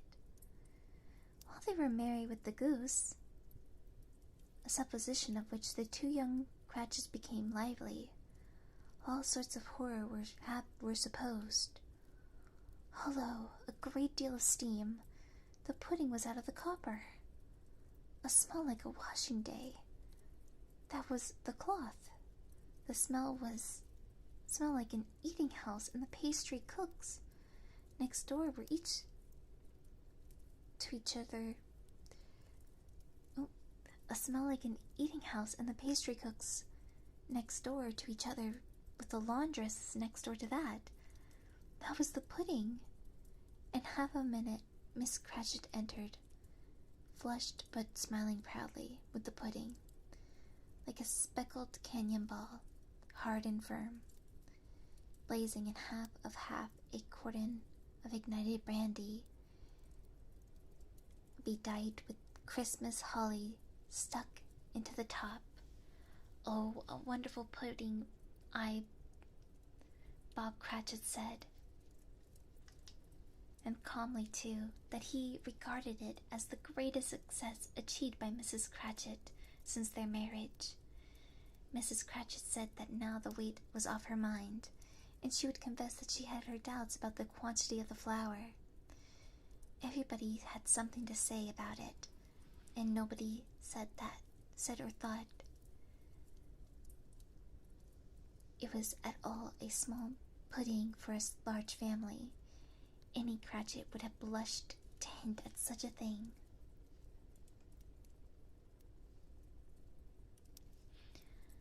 At last, the dinner was all done. The cloth was cleared, the hearth swept, and the fire made up, the compound in a jug being tasted and considered perfect. Apple and oranges were put upon the table, and shovels of chestnuts on the fire. Then all the Cratchit family drew round the hearth, in what Bob Cratchit called a circle, and at Bob Cratchit's elbow stood the family display of glass, 2 tumblers and a custard cup without a handle. These held the hot stuff from the jug, however, as well as the gold goblets would have done, and Bob served it out with beaming look, while chestnuts on the fire sputtered and crackled noisily, and Bob proposed, "A Merry Christmas to us all, my dears. Bless us all," which the family re-echoed.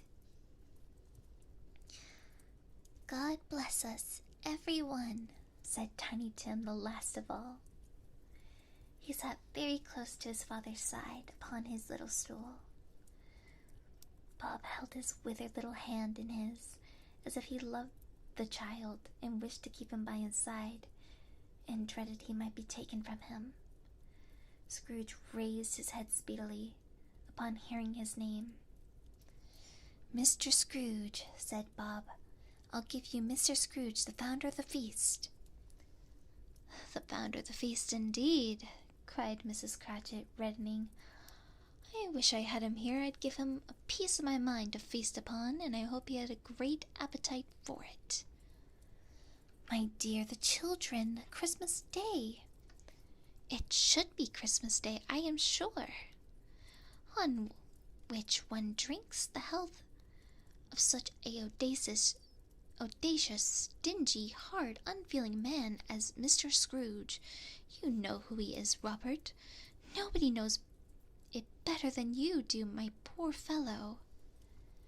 My dear, Christmas Day. I'll drink his health for your sake, and the day's, says Mrs. Cratchit. Not for his. Long life to him. A Merry Christmas and Happy New Year. He'll be very merry and happy, I have no doubt. The children drank the toast after her.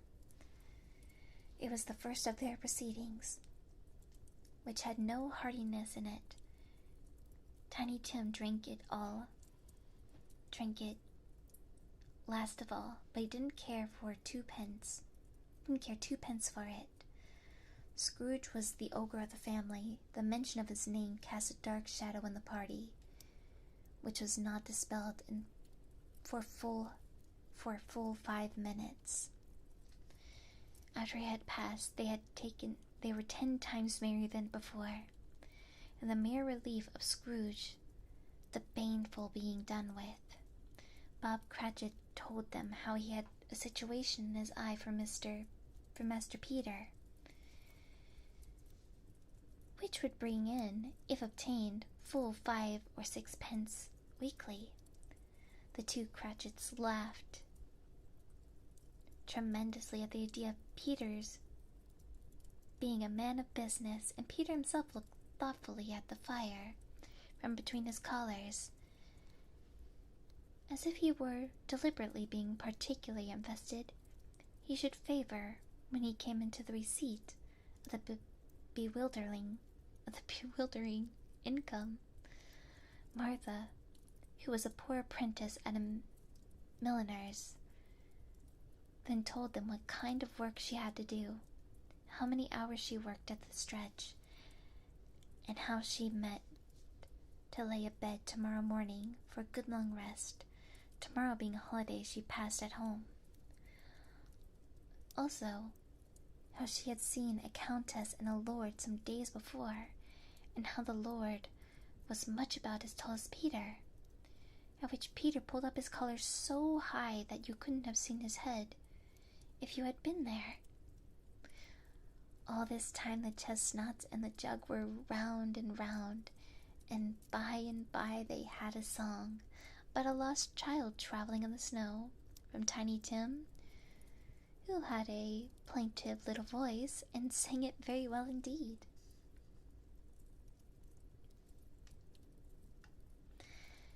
There is nothing of high rank in this. There was not a handsome family. They were not a handsome family. Damn. They were not well dressed, and their shoes were far from being waterproof. Their clothes were scanty, and Peter might have known that very likely did the inside of a pawnbroker's.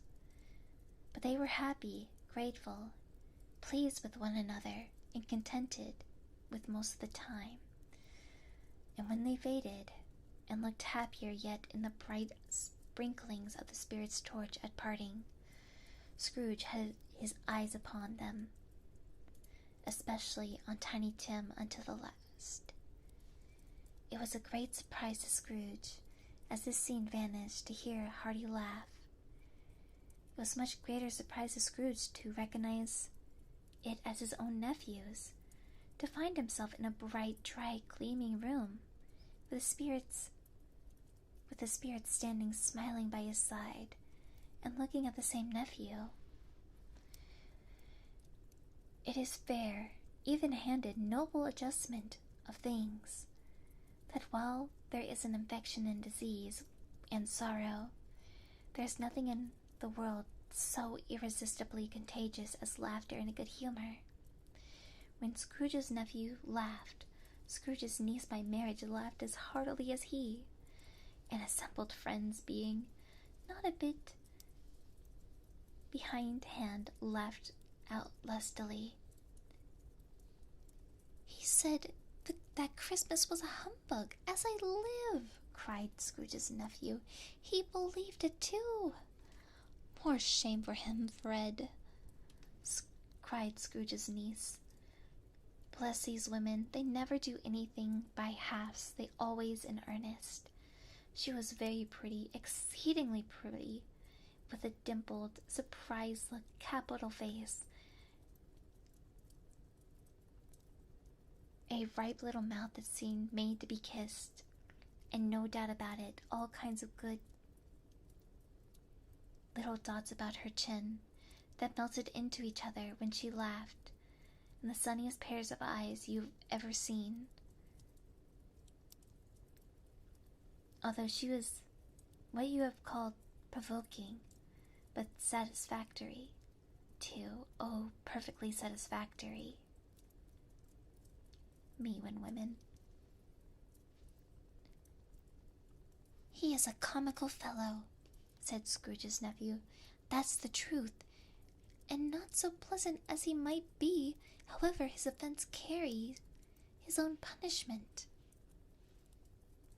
And I have nothing to say against him, who suffers by his own ill whims. Himself always. Here he takes it into his head to dislike us, and he won't come and dine with us. What the consequences? He don't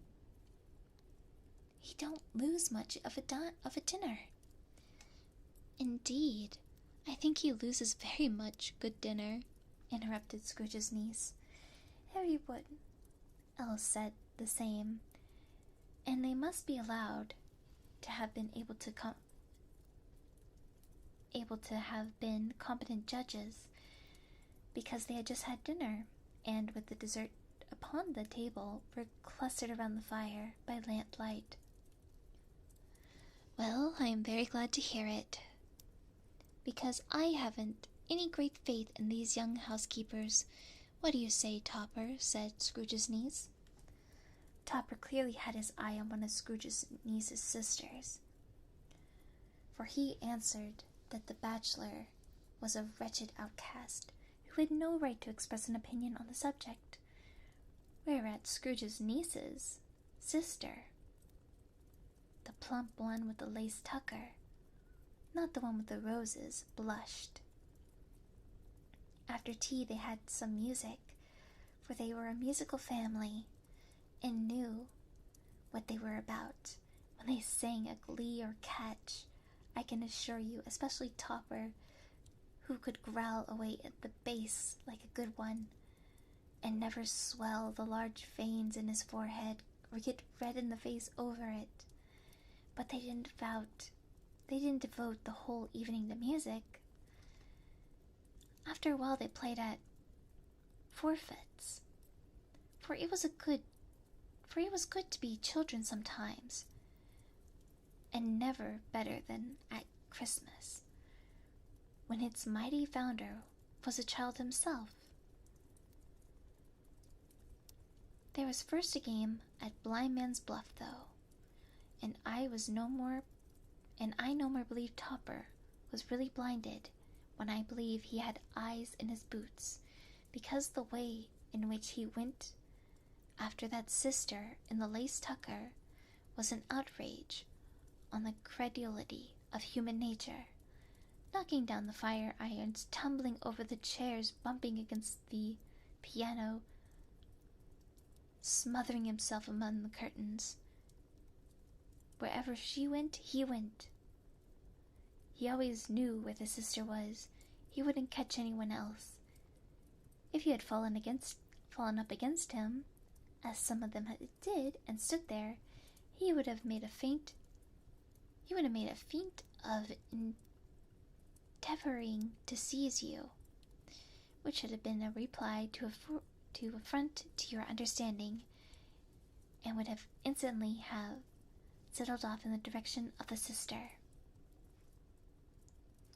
He's a simp, but that's also kind of creepy.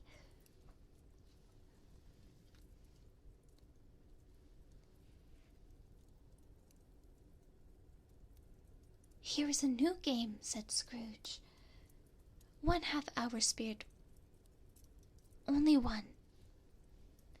It was a game called Yes and No, where Scrooge's nephew had to think of something, and the rest must find out what. He only answers their question yes or no, as the case was. The fire of questioning to which he was exposed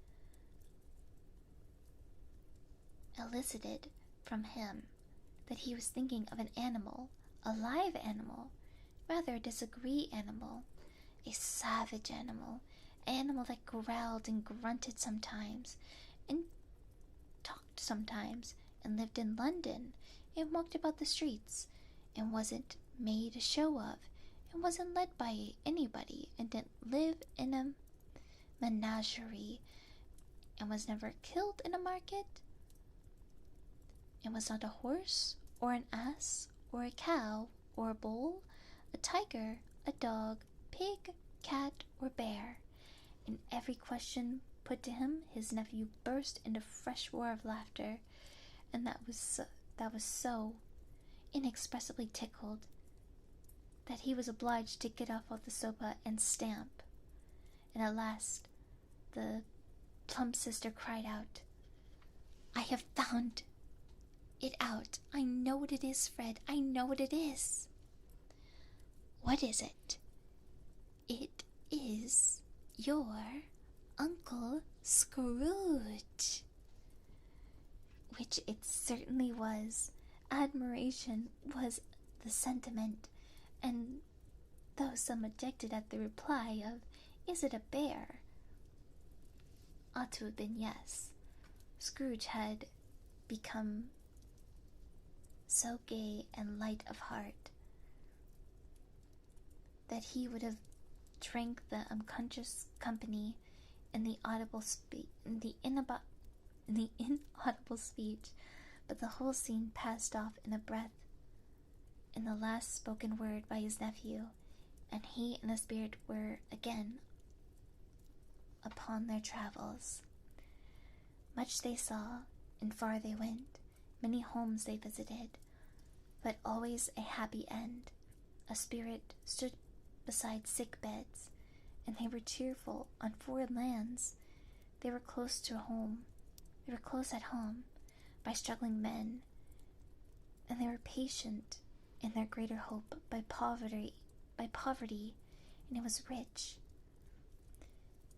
In almshouse, hospital, jail, in misery's every refuge, where vain man in his little brief authority had not made fast the door, barred the spirit out, he left his blessing and taught Scrooge his precepts. Suddenly, as he stood there, in an open door, the bell struck 12.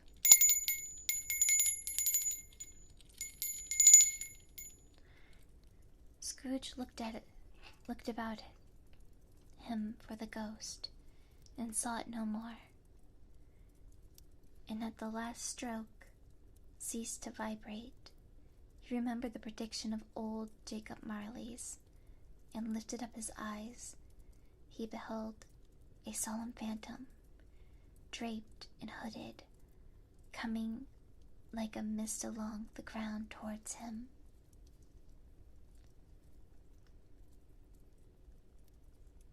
Stave 4, the last of the spirits. Hydrate again.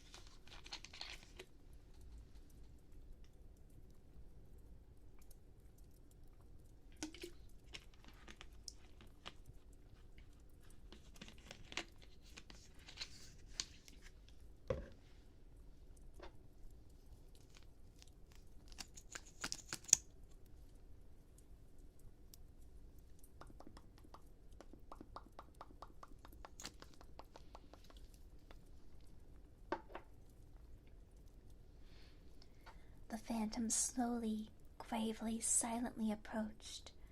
When it came near him, Scrooge bent down upon his knees, for in the air through which the spirit moved, it seemed to scatter gloom and mystery. It was shrouded in a deep black garment, which concealed its head. Oh, I gotta see, hold on.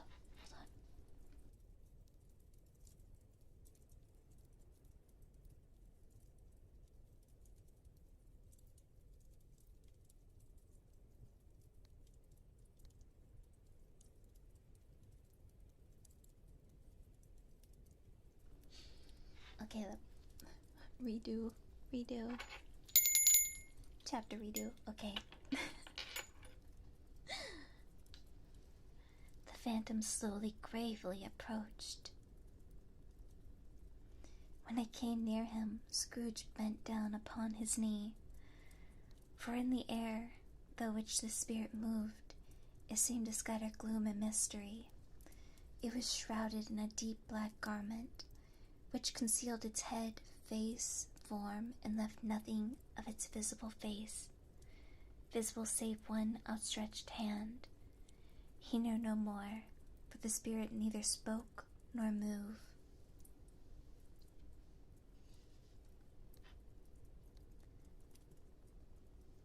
I am the presence of the ghost of Christmas yet to... okay. I am in the presence of the ghost of Christmas yet to come. Ghost of the future, I fear you more than any spectre I've seen. But as I know your purpose is to do me good, and I hope to live by and be another man from what I was, I'm prepared to bear you company, and do it with a thankful heart. Will you not speak to me? It gave no reply, and pointed straight before them. Lead on, lead on. The night is waning fast, and it is precious time for me, I know. Lead on, spirit. They scarcely seemed to enter the city, for the city rather seemed to spring up about them. But they were in the heart of it, on the change amongst the merchants. The spirit stopped beside one little knot of businessmen, observing that the hand was pointed at them. Scrooge advanced to listen to them. No, said a great fat man with a monstrous chin. I don't know much about it either way. I only know that he's dead. When did he die? Last night, I believe. Why, what was the matter with him? I thought he'd never die. God knows, he said with a yawn. What has he done with all of his money? I haven't heard. Company, perhaps. He hadn't left it to me. That's all I know. Bye-bye. Scrooge was the first inclined to be surprised that the spirit should attach importance to conversation, apparently. So trivial, but feeling assured that it must have some hidden purpose, he set himself to consider what it was likely to be. It could scarcely be supposed to have any bearing on the death of Jacob, his old partner, for that was the past, and this close province was the future. He looked about in the very place of his own image, but another man stood in his accustomed corner, and though the clock pointed at his usual time of day for being there, he saw no likeness of himself among the multitudes that poured in through the porch. It gave him little surprise, however, for he had been resolving in his mind a change of life, and he thought and hoped he saw his newborn resolutions carried out in this. They left this busy scene and went into an obscure part of the town, to a low shop where iron, old rags, bottles, bones, and greasy offal were bought. A gray-haired rascal of great age sat smoking his pipe. Scrooge and the Phantom came into the presence of this man, just as a woman with a heavy bundle slung into the shop. But as she scarcely entered, another woman, similarly laden, came in too, and she was closely followed by a man in faded black. After a short period of blank astonishment, in which the old man with the pipe had joined them, they all three burst into laugh. "Let the chairman alone be the first," cried the woman who entered. "Let the laundress alone be the second, and let the undertaker's man alone be the third. Look here, old Joe, here's a chance. If we hadn't all three met here without meaning it, you couldn't have met in a better place. You were all made free of it long ago, you know. And the other two ain't strangers. So what have you got to sell?" "Have a minute patience, Joe, and you shall see." "What odds, then? What odds, Mrs. Dilber?" said the woman. "Every person has a right to take care of themselves. He always did. Who's worse for the loss of a few things like this? Not a dead man, I suppose." Mrs. Dilber, whose manner was remarkable for general propitation. Wait, oh my god, hold on. Propitiation, said, "No, indeed, ma'am. If he wanted to keep them after he was dead, a wicked old screw, why wasn't he natural in his lifetime? If he had been, he'd had to have someone else look after him when he was struck with death, instead of laying gasping out his last there, all by himself. That's the truest word that was ever spoken. It's a judgment on himself. I wish it was a little heavier judgment, and it should have been. You may depend upon it. If I could have laid my hands on anything else. Open that bundle, old Joe. Let me see the value of it. Speak out plain. I'm not afraid to be the first, nor am I afraid for them to see it." Joe went down on his knee for greater convenience of opening the bundle, and dragged out a large and heavy roll of some dark black stuff. "What do you call this? Bed curtains. Ah, bed curtains. Don't drop that oil upon those blankets now." "His blankets? Whose else do you think? He isn't likely to take a cold without them, I dare say. You may look through that shirt till your eyes ache, but you won't find a hole in it, nor a threadbare place. It's the best he had, and a fine one, too. They'd have wasted it by dressing him up in it, if it hadn't been for me." Scrooge listened to this dialogue in horror. "Spirit, I see. The case of this unhappy man might be my own. My life tends that way now. Merciful heaven, what is this?" The scene changed, and now he almost touched a bare, uncertain bed.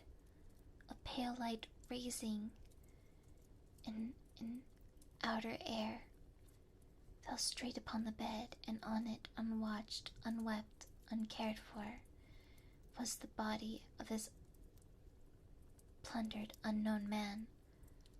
"Spirit, let me see some tenderness connected with the death, or this dark chamber, spirit. will be forever present to me. The spirit conducted him to poor Bob Cratchit's house, the dwelling he had visited before, and found the mother and children sat around the fire. Quiet, very quiet. The noisy little Cratchits rest still as statue in a corner, and sat looking up at Peter, who had a book before him. The mother and her daughters were engaged in needlework, but surely they were very quiet. And he took a child and set him in the midst of them. Where had Scrooge heard those words? He had not dreamed them. The boy must have read them out as he and the spirit crossed the threshold. Why did he not go on? The mother laid her work upon the table and put her hand up to her face. The color hurts my eyes, she said. The color? Oh, poor Tiny Tim. They're better now again. It makes them weak by candlelight, but I wouldn't have shown weak eyes to your father when he comes home. For the world, it must be near his time.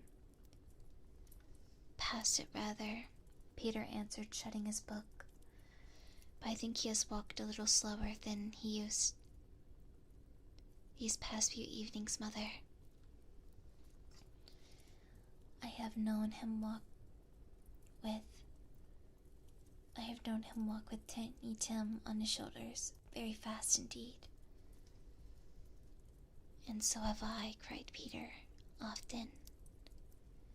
And so have I, exclaimed the others. But he was very light to carry, and his father loved him so. That was no trouble. No trouble. And there he is, your father, at the door. She hurried to meet him, the little Bob with his comforter. He had no need of it, poor fellow. He came in. His tea was ready on the hob, and they all tried who should help him the most. Then the two young Cratchits came upon his knee and laid, each child, a little cheek against his face, as if to say, "Don't mind it, father. Don't be grieved." Bob was very cheerful with them, and spoke pleasantly to all the family. He looked at the work upon the table, and praised the industry and speed of Mrs. Cratchit and the girls. They would be done long before Sunday, he said. Sunday? You went today then, Peter? Yes, my dear, returned Bob. I wish you could have gone. It would have done you good to see how green a place is. But you'll see it often. I promise him that you would walk there on a Sunday. My little child, my little child. He broke down all at once. He couldn't help it. If he could have helped it, he and his child would have been farther apart, perhaps, than they were. Spectre, said Scrooge. Something informs me that our parting moment is at hand. I know it. But I don't know how. Tell me, what man was that, with the covered face, whom he saw lying dead? The ghost of Christmas yet to come conveyed him to a dismal, wretched, ruinous churchyard. The spirit stood among the graves and pointed down at one. Before I draw nearer to that stone to which you point, answer me one question. Are these the shadows of only things that will be, or are they shadows of things that may only be? Still, the ghost pointed downward to the grave by which it stood. Men's courses will foreshadow certain ends, to which, if persevered in, they must change they must lead. But if the courses be departed from, the ends will change. Say it is thus, with what you show me. The spirit was unmovable as ever. Scrooge crept towards it, trembling as he went, and following the finger, read the stone that was neglected from the neglected grave, his own name, Ebenezer Scrooge. Am I that man who lay upon that bed? No, spirit. Oh, no, no. Spirit, hear me. Show me. Am I past all hope? Assure me that I yet may change these shadows you have shown me by an altered life. For the first time that kind hand faltered. I will honor Christmas in my heart and try to keep it all the year. I will not live in the past, the present, and the future. The spirits of all three shall strive within me. I will not shut out the lessons that they teach. Oh, tell me, I may sponge away the writing on this stone. Holding his hands in one last prayer to have his fate reversed, he saw an alteration in the phantom's hood and dress. It shrunk, collapsed, and dwindled away in a bedpost. Yes, the bedpost was his own. The bed was his own. The room was his own. Best and happiest of all, the time before him was his own, to make amends in. He was checked in, his transports by the church's ringing out the luckiest bells he've ever heard.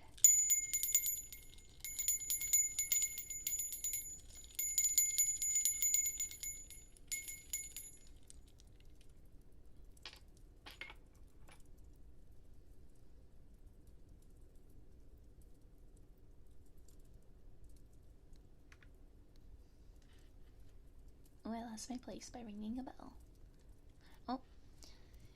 Running to the window, he opened it and put his head out. No fog, no mist, no night. Clear, bright, staring, golden day.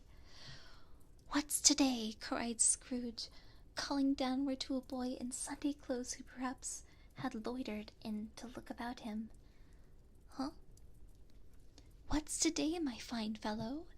Today? Why, it's Christmas Day. It's Christmas Day? I haven't missed it. Hello, my fine fellow. Hello. Do you know of the poulterers in the next street but one at the corners? I should hope I did. An intelligent boy, a remarkable boy. Do you know whether they've sold the prize turkey that was hanging up there? Not the little prize turkey, the big one. What? The one as big as me? What a delightful boy. It's a pleasure to talk to him. Yes, my buck. It's hanging there now. Is it? Go and buy it. Walker? Exclaimed the boy. I don't know what that... Oh, it's Cockney for display, so I got... Walker? Walker? Walker? Walker?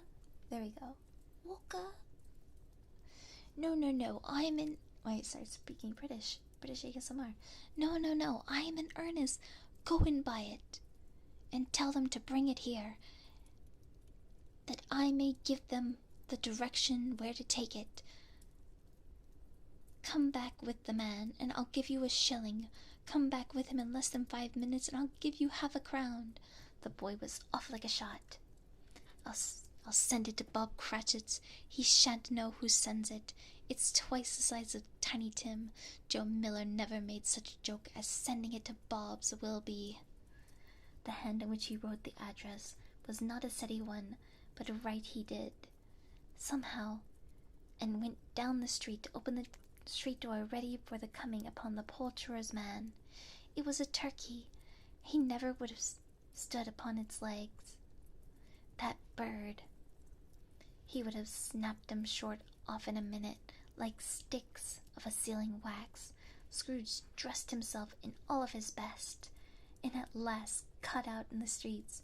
These people were by time pouring forth as he had seen them, with the ghost of Christmas present, and, walking with his hands beside him, Scrooge regarded every one of them with a delightful smile. He looked so irresistibly pleasant, and in a word, that 3 or 4 good-humored fellows said, "Good morning, sir, a Merry Christmas to you," and Scrooge would say after that, with all the blithe sounds he had ever heard. These were the blithest in his ears, and in that afternoon he turned his step towards his nephew's house. He passed his door 12 times before he had the courage to go up and knock. He made a dash and did it. "Is your master at home, my dear?" Scrooge said to the door. Or to the girl. Scrooge said to the girl. Nice girl, very. "Yes, sir." "Where is he, my love?" "He's in the dining room, sir, with his mistress." "He knows me," said Scrooge, with his hand on the dining room lock. "I'll go in there, my dear." "Fred!" "Why, bless my soul," cried Fred. "Who's that?" "It's I, your Uncle Scrooge. I had come for dinner. Will you let me in, Fred?" "Let him in. It's a mercy he didn't shake his arm off. He was at home in 5 minutes. Nothing could have been heartier. His niece looked just the same. So did Topper when he came. As did the plump sister when she also arrived. As did everyone else. It was a wonderful party with games and wonderful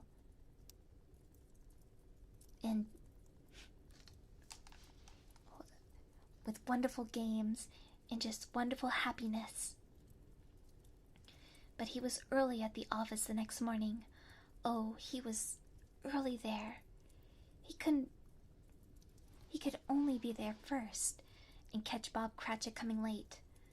That was the thing he had set his heart upon, and he did it. The clock struck 9, no Bob. 1/4 no Bob. A full 18 minutes and a half behind his time. Scrooge sat with his door wide open, so he might see him come into the tank. Bob's hat was off before he opened the door, and his comforter too. He was on his stool in a jiffy, driving away with his pen, and as if he were trying to overtake 9 o'clock. "Hello," growled Scrooge in his accustomed voice, as near as he could feign it. "What do you mean by coming here at this hour of day?" "I am very sorry, sir. I am behind on time." "You are? Yes, I think you are. Step this way, if you please." "It's only once a year, sir. I should not repeat it. I was making rather merry yesterday, sir." "Now I'll tell you what, my friend. I'm not going to stand this sort of thing any longer, and therefore," Scrooge continued, leaping from his stool and giving Bob such a dig in the waistcoat that he staggered back into the tank again. "And therefore, I am about to give your salary a raise." Bob trembled and got a little nearer to the roller. "A Merry Christmas, Bob," said Scrooge, with an earnest that could not be mistaken, as he clapped him on the back. "A merrier Christmas, Bob, my good fellow. Then I've given you for many year. I'll raise your salary, and endeavor to assist your struggling family, and we will discuss your affairs this very afternoon over a Christmas bowl of smoking bishop, Bob. Make up the fire, and buy a second coal scuttle before you dote another eye, Bob Cratchit." Scrooge was better than his word. He did it all, and infinitely more, and to Tiny Tim, who did not die. He was a second father. He became as good of a friend, as good a master, and as good as a man as good old city knew.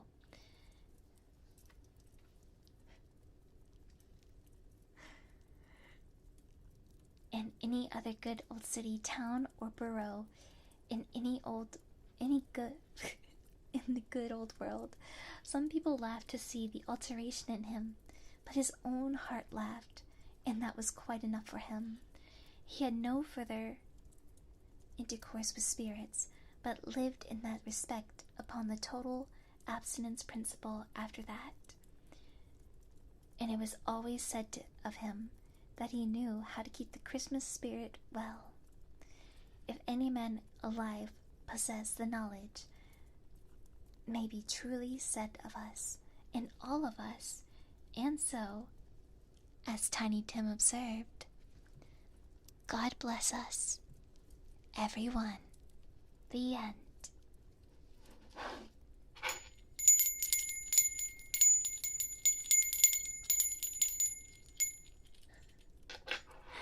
Yay! I just like that they emphasize Tiny Tim, who did not die. Like Kamiyoshi, Tiny Tim did not die. Kept on living for centuries. He's still alive to this day. Tiny Tim is still alive, and he's still so tiny. I like that they also mentioned that Bob is really small.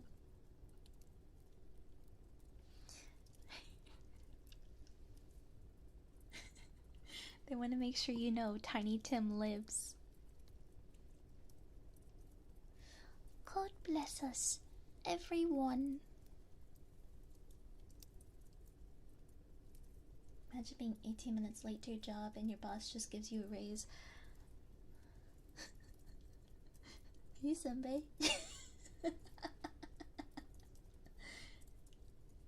Hashtag blessed. This is a really good story. I probably should have read this one first. The annotated, the condensed version.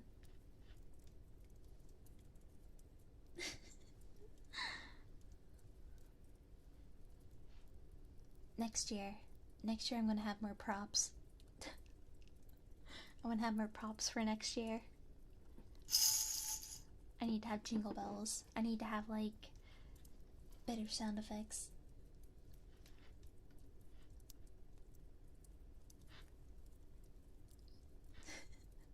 I don't know, maybe I should just focus on, like, a dense story? Or do a whole reading of the 93 pages. You finally watched a Muppets Christmas? I watched it last night.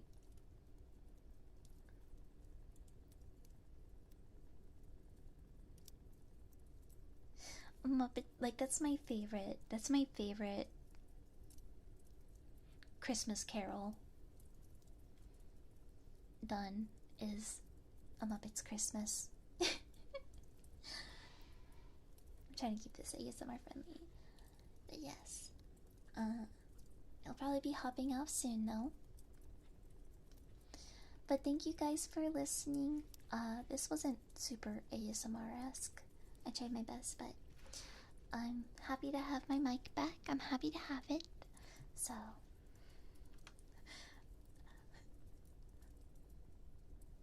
hopefully future readings I can be a bit more locked in. I had to sacrifice a bit of my comfort for this one. So it was more just like soft talking than whispering. So luckily we're back at ASMR, so I can be more locked in for the future.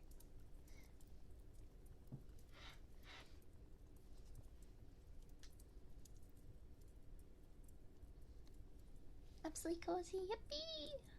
Alright, let me see who is streaming for us to go read. I probably won't be hopping in because I am very I think I got better once I got off the PDF, but how I'm positioned right now is very uncomfortable. I see Perry is singing, Miss Purby.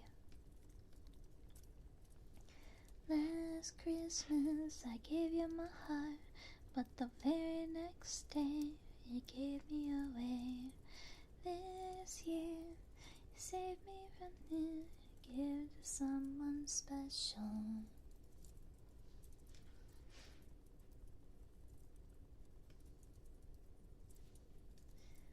Okay.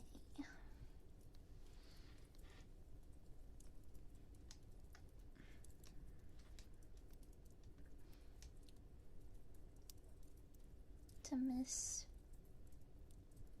Perry, save.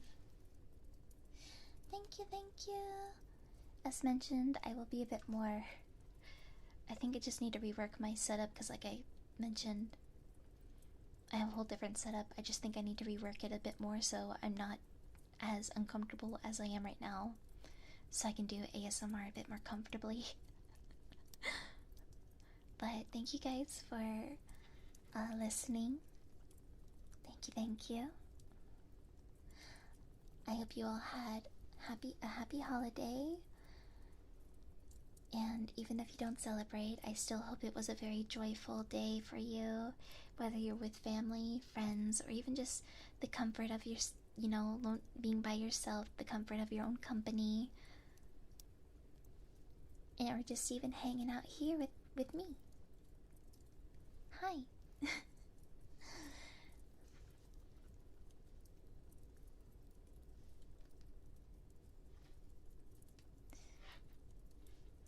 But we will be playing, hopefully if I can get it to work, the Sonic Adventure 2 in 2 days. Saturday. So I will see you guys there. For now we'll go raid Perby. I'm gonna give a good little hoot hoot. Merry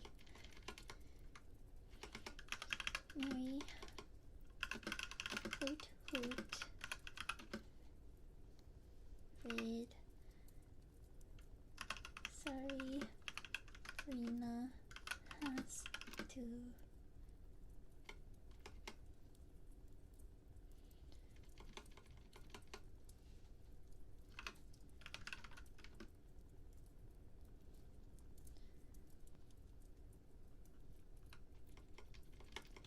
I'll pop in for a little bit if I can. Actually, I will pop in. I do want to give a quick little I love you to Miss Purby, so okay. That being said, again, happy holidays to those who celebrate. Sleep tight. Sweet dreams. Utsurina. And Oyasurina.